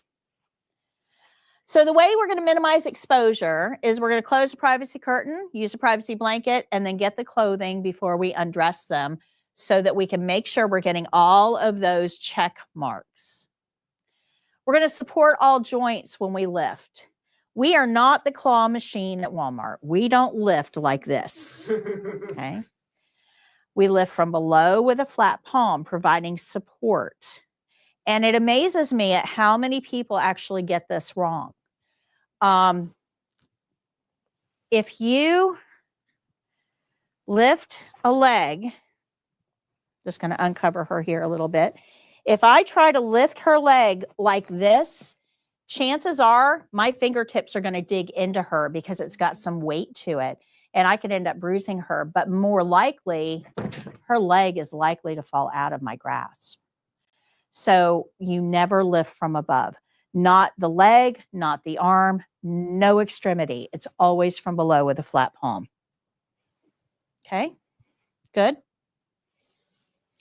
All right, we're going to undress the strong arm first and dress the weak arm first. I told you when we read the care plan that it was important that we remembered which arm is weak. Anybody remember? The right arm is weak. And we need that information to know how to do this. When we have a weak arm, we have to undress the strong arm first. So USA first, easy to remember, USA first, undress strong arm first, and then we're going to dress the weak arm first. The reason we do it this way is because it makes a stronger arm do all the work. We make that stronger arm come out of the sleeve because it has mobility. And then it just falls off the weaker arm. No movement required. Now we're going to put the new garment on the weaker arm first. We'll just slide it up, no movement required, and make that stronger arm get into the sleeve. So the way this is structured, it makes the stronger arm do all the work. So undress strong arm first and then dress weak arm first. We'll gather the sleeve while we're dressing that weaker arm so that it doesn't bend fingers back. Keep those fingers together. Don't overextend or force movement. Let me show you something with that. This just kills me. I told you we were a testing center for many years, right? Okay. This was the testing mannequin. This is the mannequin we used for testing when we were a testing center. And what holds her together, like her joints move. Okay, her joints actually move. Her, she moves. She's got joints. But what holds her together on the inside are steel cables. They keep everything together. Well, when you lift, right, her foot, this is like a normal foot. If I lifted the leg, the foot would stay attached, right? Because there's a steel cable in there that holds that foot in the right position. She was a testing mannequin. Oh.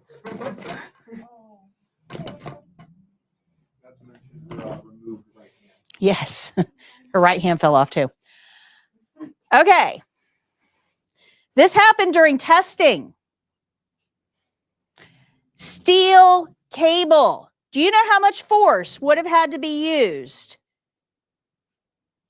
to break a steel cable? Now, that person did not pass the test and was upset that they did not pass the test. But I'm sorry, if you were breaking a steel cable, you would absolutely break a human. So don't overextend or force movement. Got it? That's the most obvious example I can give you. And it's amazing because when you go to test, most of the mannequins have something broken because of that. Those people should not be CNAs. They should not. Okay. You want to adjust the clothing at the end for neatness and appearance. Make sure they look good because you are judged by the way your patients look. Anything that we take off of the patient, like the gown or the privacy blanket, is going to go into the dirty linen hamper. And in the test, you are actually going to have a basket beside the bed or at the end of the bed. You will have a place to put that that's very near your patient. All right. Call light always goes in the stronger hand. That just makes sense. If they have a weak hand, we don't want to put the call light there.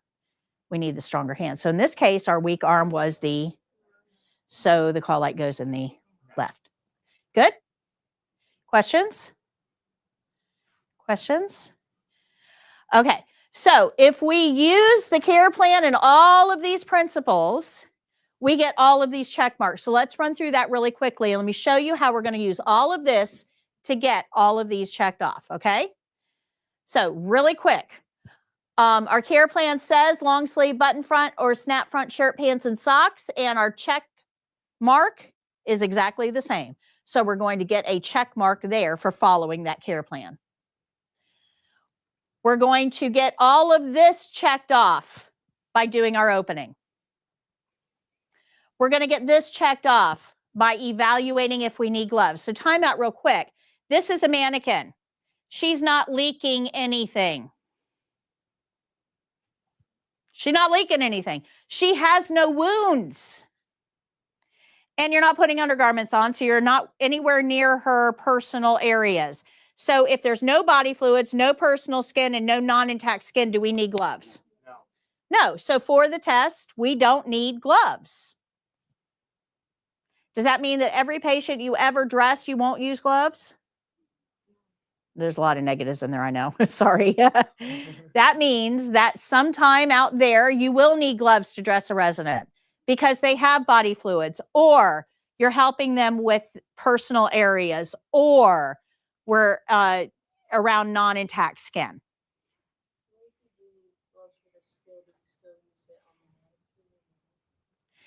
Well, I'm telling you, your mannequin has no body fluids and no wounds. So you won't need gloves for the test. Remember, there's only 3 reasons to wear gloves. If you're going to be around body fluids, she doesn't have any. If you're going to be around personal skin, we're not doing undergarments. We're not around her personal areas. And she has no wounds. So we don't need gloves for this. Okay? Remember, this is going to be done on a mannequin. All right. Barrier rules are going to check off these 2 checkpoints. Privacy blanket is going to check off this checkpoint. Linen rules is going to check off that checkpoint. We haven't touched on scoot and roll yet, but you want to keep the patient in the middle of the bed for this whole skill. And then this is clothing preference. Get clothing before you undress them. Gather the sleeve. Lift from below. Undress strong arm first. Don't overextend or force movement. Adjust the clothing. Put the dirty items in the hamper and put the call light in the stronger hand. Now we have to do our closing, and all of the rest of that gets checked off in the closing. So if you do those steps that we've learned to do, you will get everything checked off. Please remember that this care plan is only for this patient, not this one, not this one, not that one, not the one out there. It is only for this patient during testing. In the future, will we be able to practice on the mannequin and lift them? You will. The first 2 weeks, I don't give you any practice time because I'm still trying to teach you how. But starting in week 3, you'll have a little bit of practice time at the end of each class session, and the practice times get longer and longer as we do the program. But you also need to be practicing these things at home as well. All right, so let's might actually get to everything today. Wow. Let's go ahead and watch the video for this one.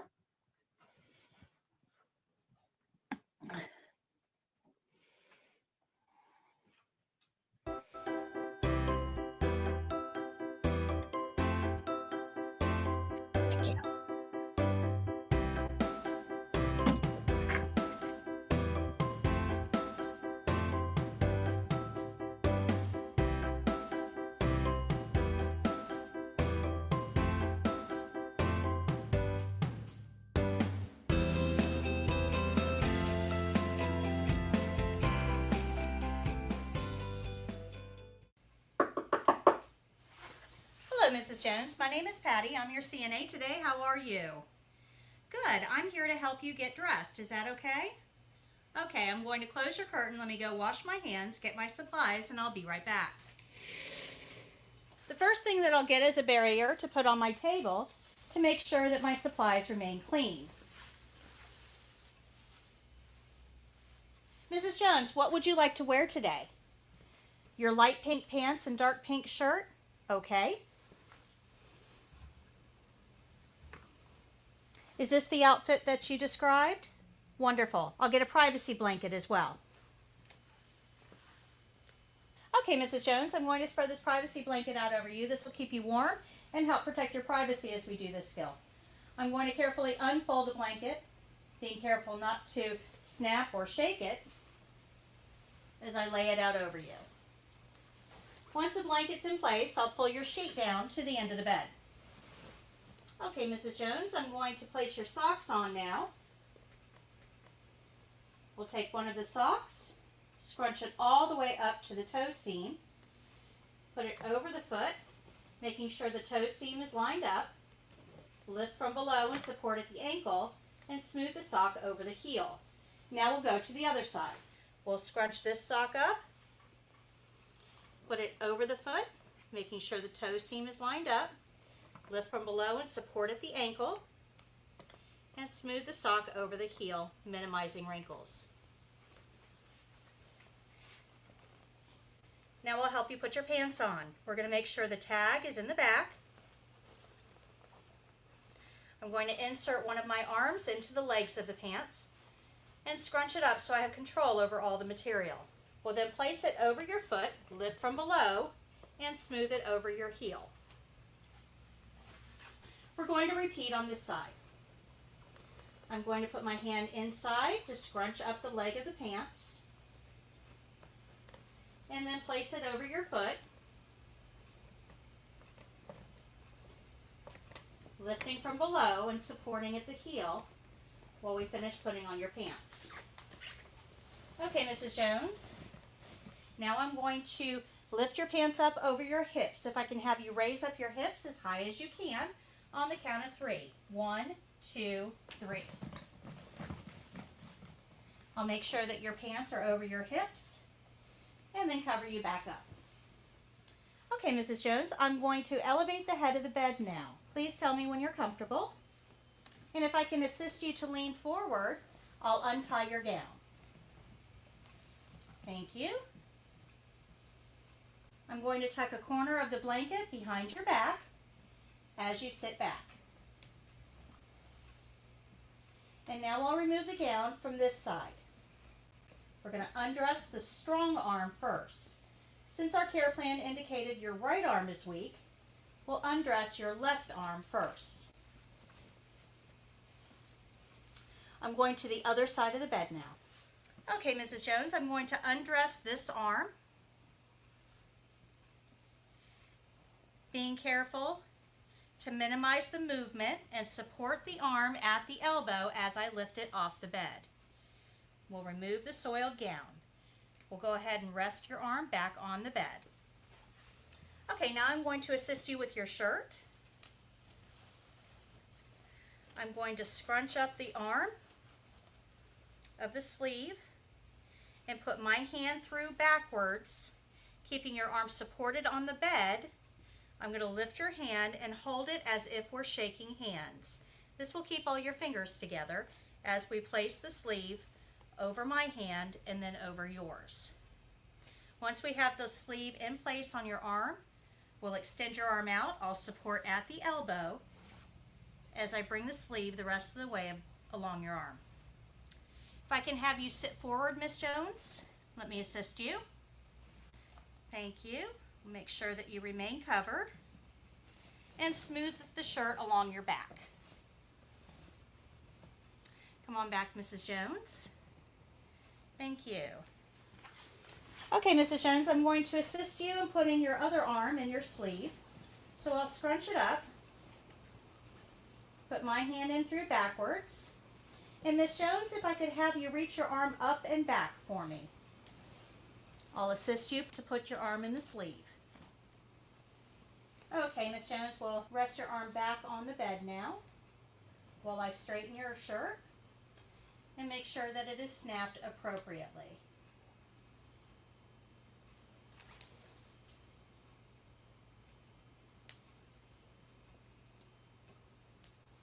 Okay, let me just adjust your clothing to make sure it's neat. Can I have you lean forward for me, please? Thank you. And I'll make sure that this blanket can be removed. Okay, Ms. Jones, I'm just going to gather up your privacy blanket and place it in soiled linen along with your gown. I'll be right back. Okay, Mrs. Jones, I'm just going to adjust your clothing for neatness and appearance and make sure that it's fastened appropriately and that you look good. Very nice. Okay, you have your call light here if you should need anything. Can I get a magazine for you? Okay, I'm just going to throw your barrier away and open your privacy curtain. Now we'll go wash my hands. After washing my hands, I'll think about the steps of my skill, make any corrections, and then tell the evaluator my skill is done.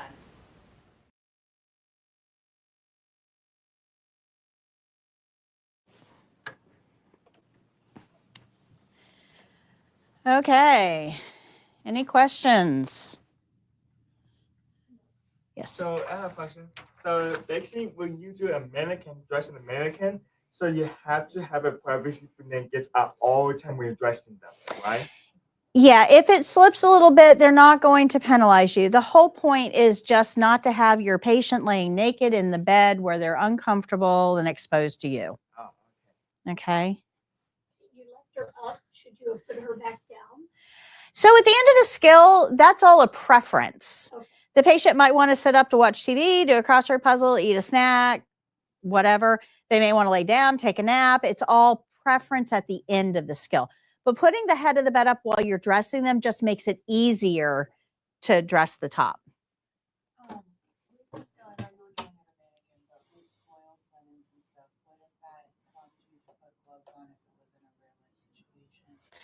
Again, it depends. If there's body fluids, yes.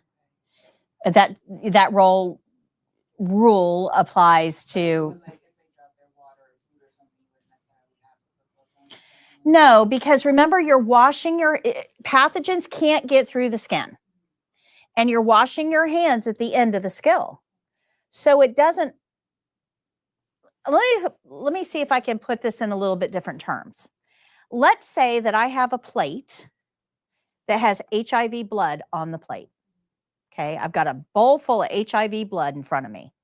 Now, all of you guys are backing up a little bit, right? This bowl of HIV blood is no danger to me. None. I can put my hand in that bowl of HIV blood. No danger to me because they can't penetrate the skin. But if I've got my hand in a bowl of HIV blood, what do you think I would like to do next? Wash my hands. That's right. There's no danger. Those pathogens can't get through my skin. Okay. So to answer your question, now I wouldn't put my hand in a bowl of HIV blood. I would want some gloves on, an additional barrier. Remember, those gloves are not foolproof, right? So we have to remember that pathogens are in body fluids, but touching the body fluid doesn't necessarily mean that pathogen is going to be able to get inside you. So as long as you remember to wash your hands at the end of the skill, right? So we're getting rid of all the patient cooties. Then it doesn't matter what you came into contact with during the skill. So let me tell you something that's really going to freak you out. CNAs weren't even allowed to touch gloves. You weren't allowed to use gloves for nothing. You weren't ever allowed to touch gloves until the mid-90s. Absolutely. Absolutely. It wasn't until the mid-90s that CNAs were allowed to use gloves. Yep. So you have to understand that, yes, we use them. They're another layer but they're not, those gloves aren't going to do a bit of good for you. You're wearing them for your peace of mind and to try to prevent us passing something on to them. That's the real reason you're wearing them, is to try to prevent passing something on to them. But they are not doing for you what you think they're doing for you. They're just not. But we have it in our mind, just like making the sandwich. We have it in our mind that those gloves that sandwich worker was wearing protected our sandwich. but it didn't. You guys see that? I know it's a totally different way of looking at gloves, and we all get a little freaked out over this. But would I wear gloves if I was dressing somebody and they had body fluids? Yeah, I will. I'll wear, I'll throw on a pair of gloves. Are those gloves doing anything? Not really. Not really. But I'll throw on a pair of gloves because that's what our rule tells us to do. Okay. Does that make sense? For that question, what's the preference if they want it lowered during the test? Would we? You don't have to. You don't have to address it. We don't have to like ask. Mm-mm. Unless You it says can. so, Yeah, you can, but it's not a checkpoint. so we can keep the bed up. Yep. after the person. Yep. So when I ask the patient, are you comfortable? Would you need anything else while I'm here? That's the time they would kind of chime up and say, yeah, can you put the head of the bed down? If I think about it, I can ask, do you want the head of the bed to stay up? That's perfectly okay, but it's not a graded checkpoint. It falls under preferences. Okay. So if when you say preferences, preferences, Yep. it means that it's up to you how you want it. Right? It's up to the patient. Oh, it's up to the patient. how they Right. want it. Right. Sitting here looking for a pen that's in my pocket. That's a very nurse thing to do. Preferences means it's up to what the patient wants. Okay. Okay. What I want doesn't really matter. I'm not the one laying in bed. Good. Any questions on any of that? All right. So let's move on to our last skill for today. I cannot believe we got through everything. Wow. All right. So we're going to learn how to perform passive range of motion to the shoulder. Go back one, Jake, please. This is our overview. Page 76 is our overview. So if you look down here, you can see all the principles involved in this skill, and then this gives us our skills specific steps. All the principles are spelled out here, but guess what? We already know skill rules. We already know the opening. We already know glove rules, and we already know the closing. So all that we have to learn to do this particular skill is right here. This is it. We know everything else we need to know.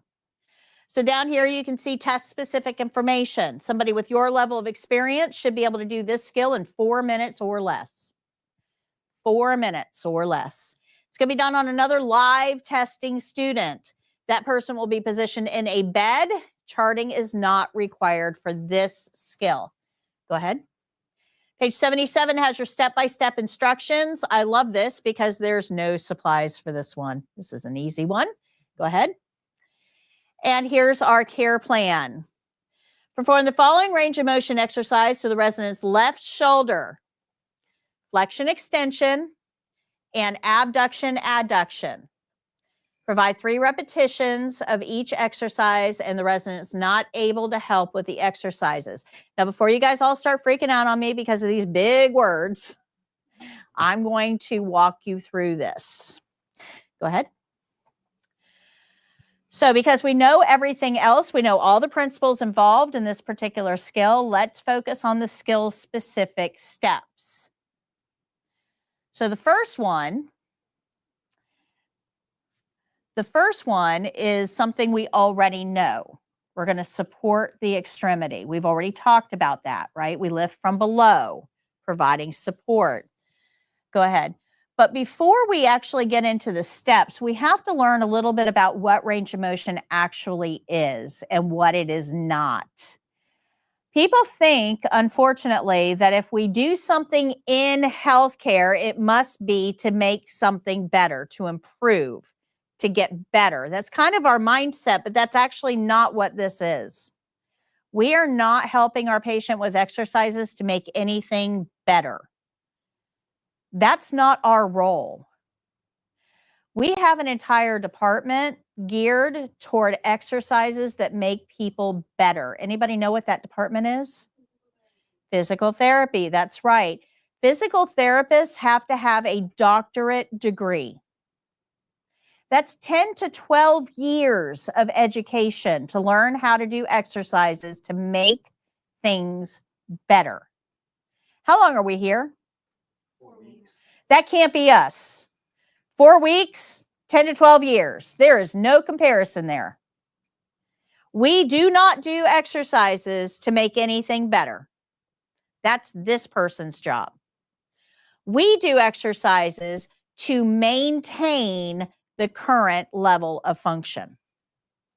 So if you can think about it this way, physical therapy regains function, get something back that they've lost. CNAs retain function, just keep what they've already got, no matter what level that is. Make sense? Good? Okay, this is important right here. These exercises should Not cause pain. not cause pain. We aren't these people. CNAs never say things like, oh, no pain, no gain. That's not us.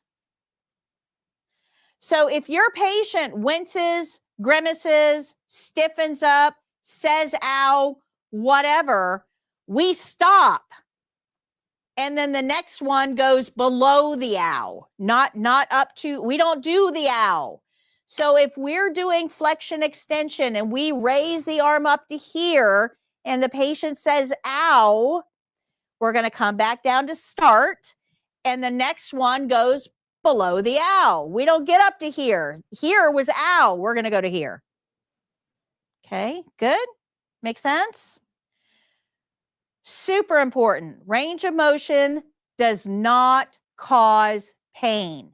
If you're causing pain, you are outside of your scope of practice. You are over here. And unless you got a doctorate degree, you should not be over here. Good. So let me give you a real world example since we talked about it. My mom's neighbor, she's stuck in a hospital bed for the last 5 days because the people wouldn't listen to her. She's super weak. If she gets to go home today, is she going to have the same level of ability she had 5 days ago, being stuck in bed for 5 days? No, she's going to have to build herself back up, right? But if we had a CNA that had gone in and done range of motion exercises on her legs every shift and kept that level of ability, when they sent her home, she would be okay. And my mom wouldn't have to go live at her house for the next couple days, right? What we do here is super important. Let me tell you something about the elderly. This is horrible. We should not have this much power over another human.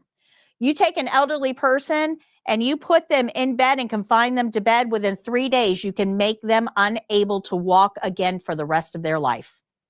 That's all it takes, 3 days. And healthcare workers have that power. We should not have that power. We should not be able to confine somebody to bed for the rest of their lives because we are lazy. That's horrible. That's criminal. Does that make sense? Yes. So this is an important skill, guys. It's very important. It's going to affect your patient's ability to go home versus a nursing home. Okay, go ahead. So there's 2 types of range of motion. There's active and passive. Active means the patient does it. Passive means we do it. So everybody stand up. I got 5 minutes. Everybody stand up. I need you to extend your right arm above your head like you're asking a question. So extend your right arm up like you're asking a question. Get that elbow straight. Bring it all the way back down. Do it again in front of you, all the way up, straight, straight, straight, all the way back down. Let's do one more, all the way up and all the way back down. That was active range of motion. I told you what to do. You did it. I just critiqued, made sure you did it right. Passive is when I do it. So I move the arm. There's a couple of different types of exercises. Go ahead. Couple of different types. Keep going. Keep going. Okay. Couple of different types of exercises we can do. Flexion extension is what we just did. I asked you to extend your arm above your head like you're asking a question. You could all follow that direction. We all know the basics here. Extension is straightening a body part. Flexion is bending a body part. You know that, you just don't know that you know it. I ask you to flex your arm and make a muscle, can you do that? Right? Any 7-year-old can do that, right? That's flexing, right? I bent my body part. We know these terms, we just don't know that we know the terms. Now, the next one, though, is a little more complex. Go ahead. Abduction, adduction. So abduction, adduction is a side-to-side motion. So remember when we did flexion extension, I had you raise your arm above your head. Do you see where my hand is? Okay, if I bring my arm down, abduction, adduction is side to side. I'm going to bring my arm out to the side, but my hand ends up in the same place, just facing a different direction. This works different muscles than this.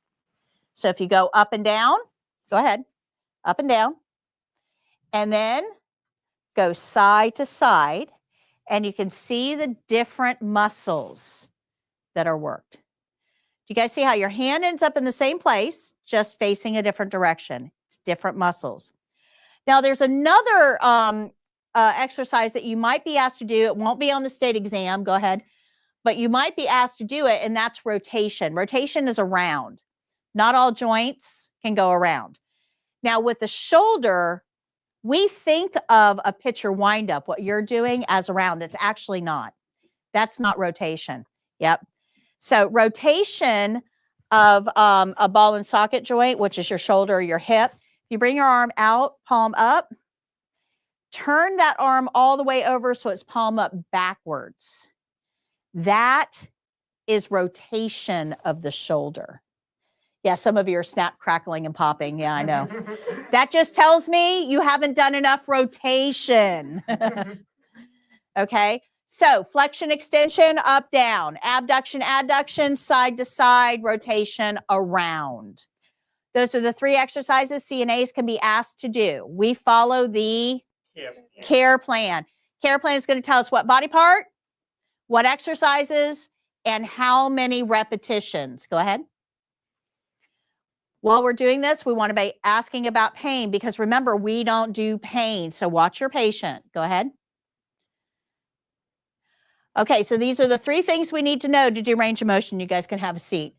What joints, what exercises, and how many repetitions, and then we're just going to follow that recipe. That's it. That's all range of motion is. Go ahead. All right, so we're going to read the care plan. We're going to go through real quick, Jake. Read the care plan. We're going to do our opening. We're going to evaluate if we need gloves. We're going to explain all exercises. We're going to support the joints, lift from below with a flat palm. We'll move slowly and smoothly all the way back to start. We'll do the exercises indicated on the care plan. Flexion, extension is up, down. Abduction, adduction is side to side. Rotation is around. Remember, you follow the care plan and ask about pain or discomfort. You also have to do the closing. Don't forget your closing. So those are the 8 C's of the closing. So you put all of that together, it makes a skill. You should be able to do this in less than 4 minutes. We're doing 2 exercises, 3 times each. That's it. Remember that this care plan is only for this patient, not this one, not this one, not you, not you, not anybody out there, this one. Okay? All right, Jake, throw that one up. I know I've got like 1 minute. Yeah, throw the video up for me. Let me show you this video really quickly. I'm going to pass out your review sheets for today.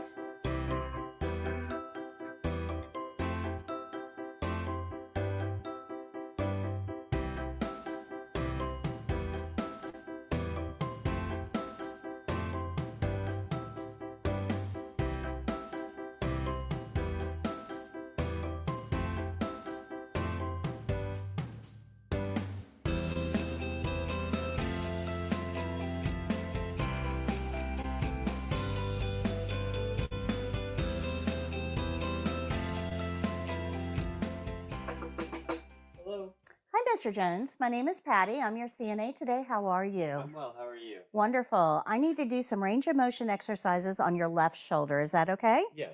Let me close your privacy curtain and wash my hands. I'll be right back.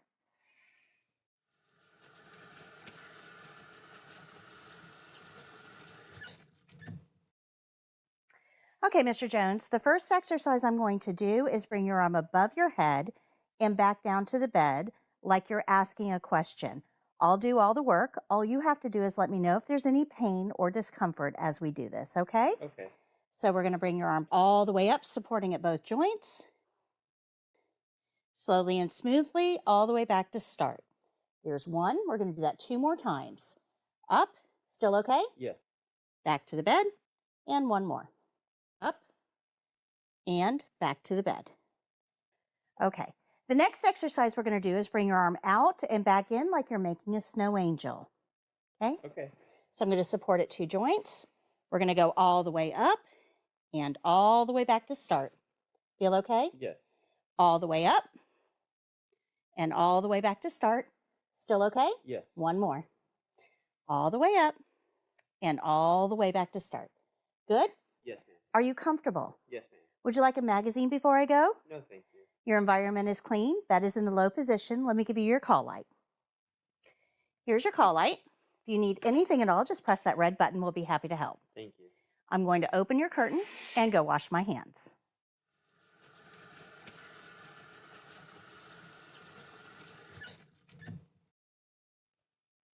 After washing my hands, I'll review the care plan, think about my skill, make any corrections, and then tell the evaluator my skill is done.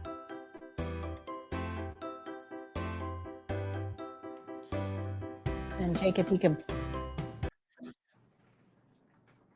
All right, one more advance, please. Oh, are you supposed to talk any steps you take when dressing? Yeah, you should talk everything out. We're going to talk about that more next week, but you should be saying everything you're doing because remember, your patient doesn't know what you're doing on their body. They need to be informed. All right, so tonight you have 2 chapters of homework, chapters 2 and 3. You're going to read the chapters in the yellow book. You're going to take the tests in the white book on page 182 and 183 and then grade them.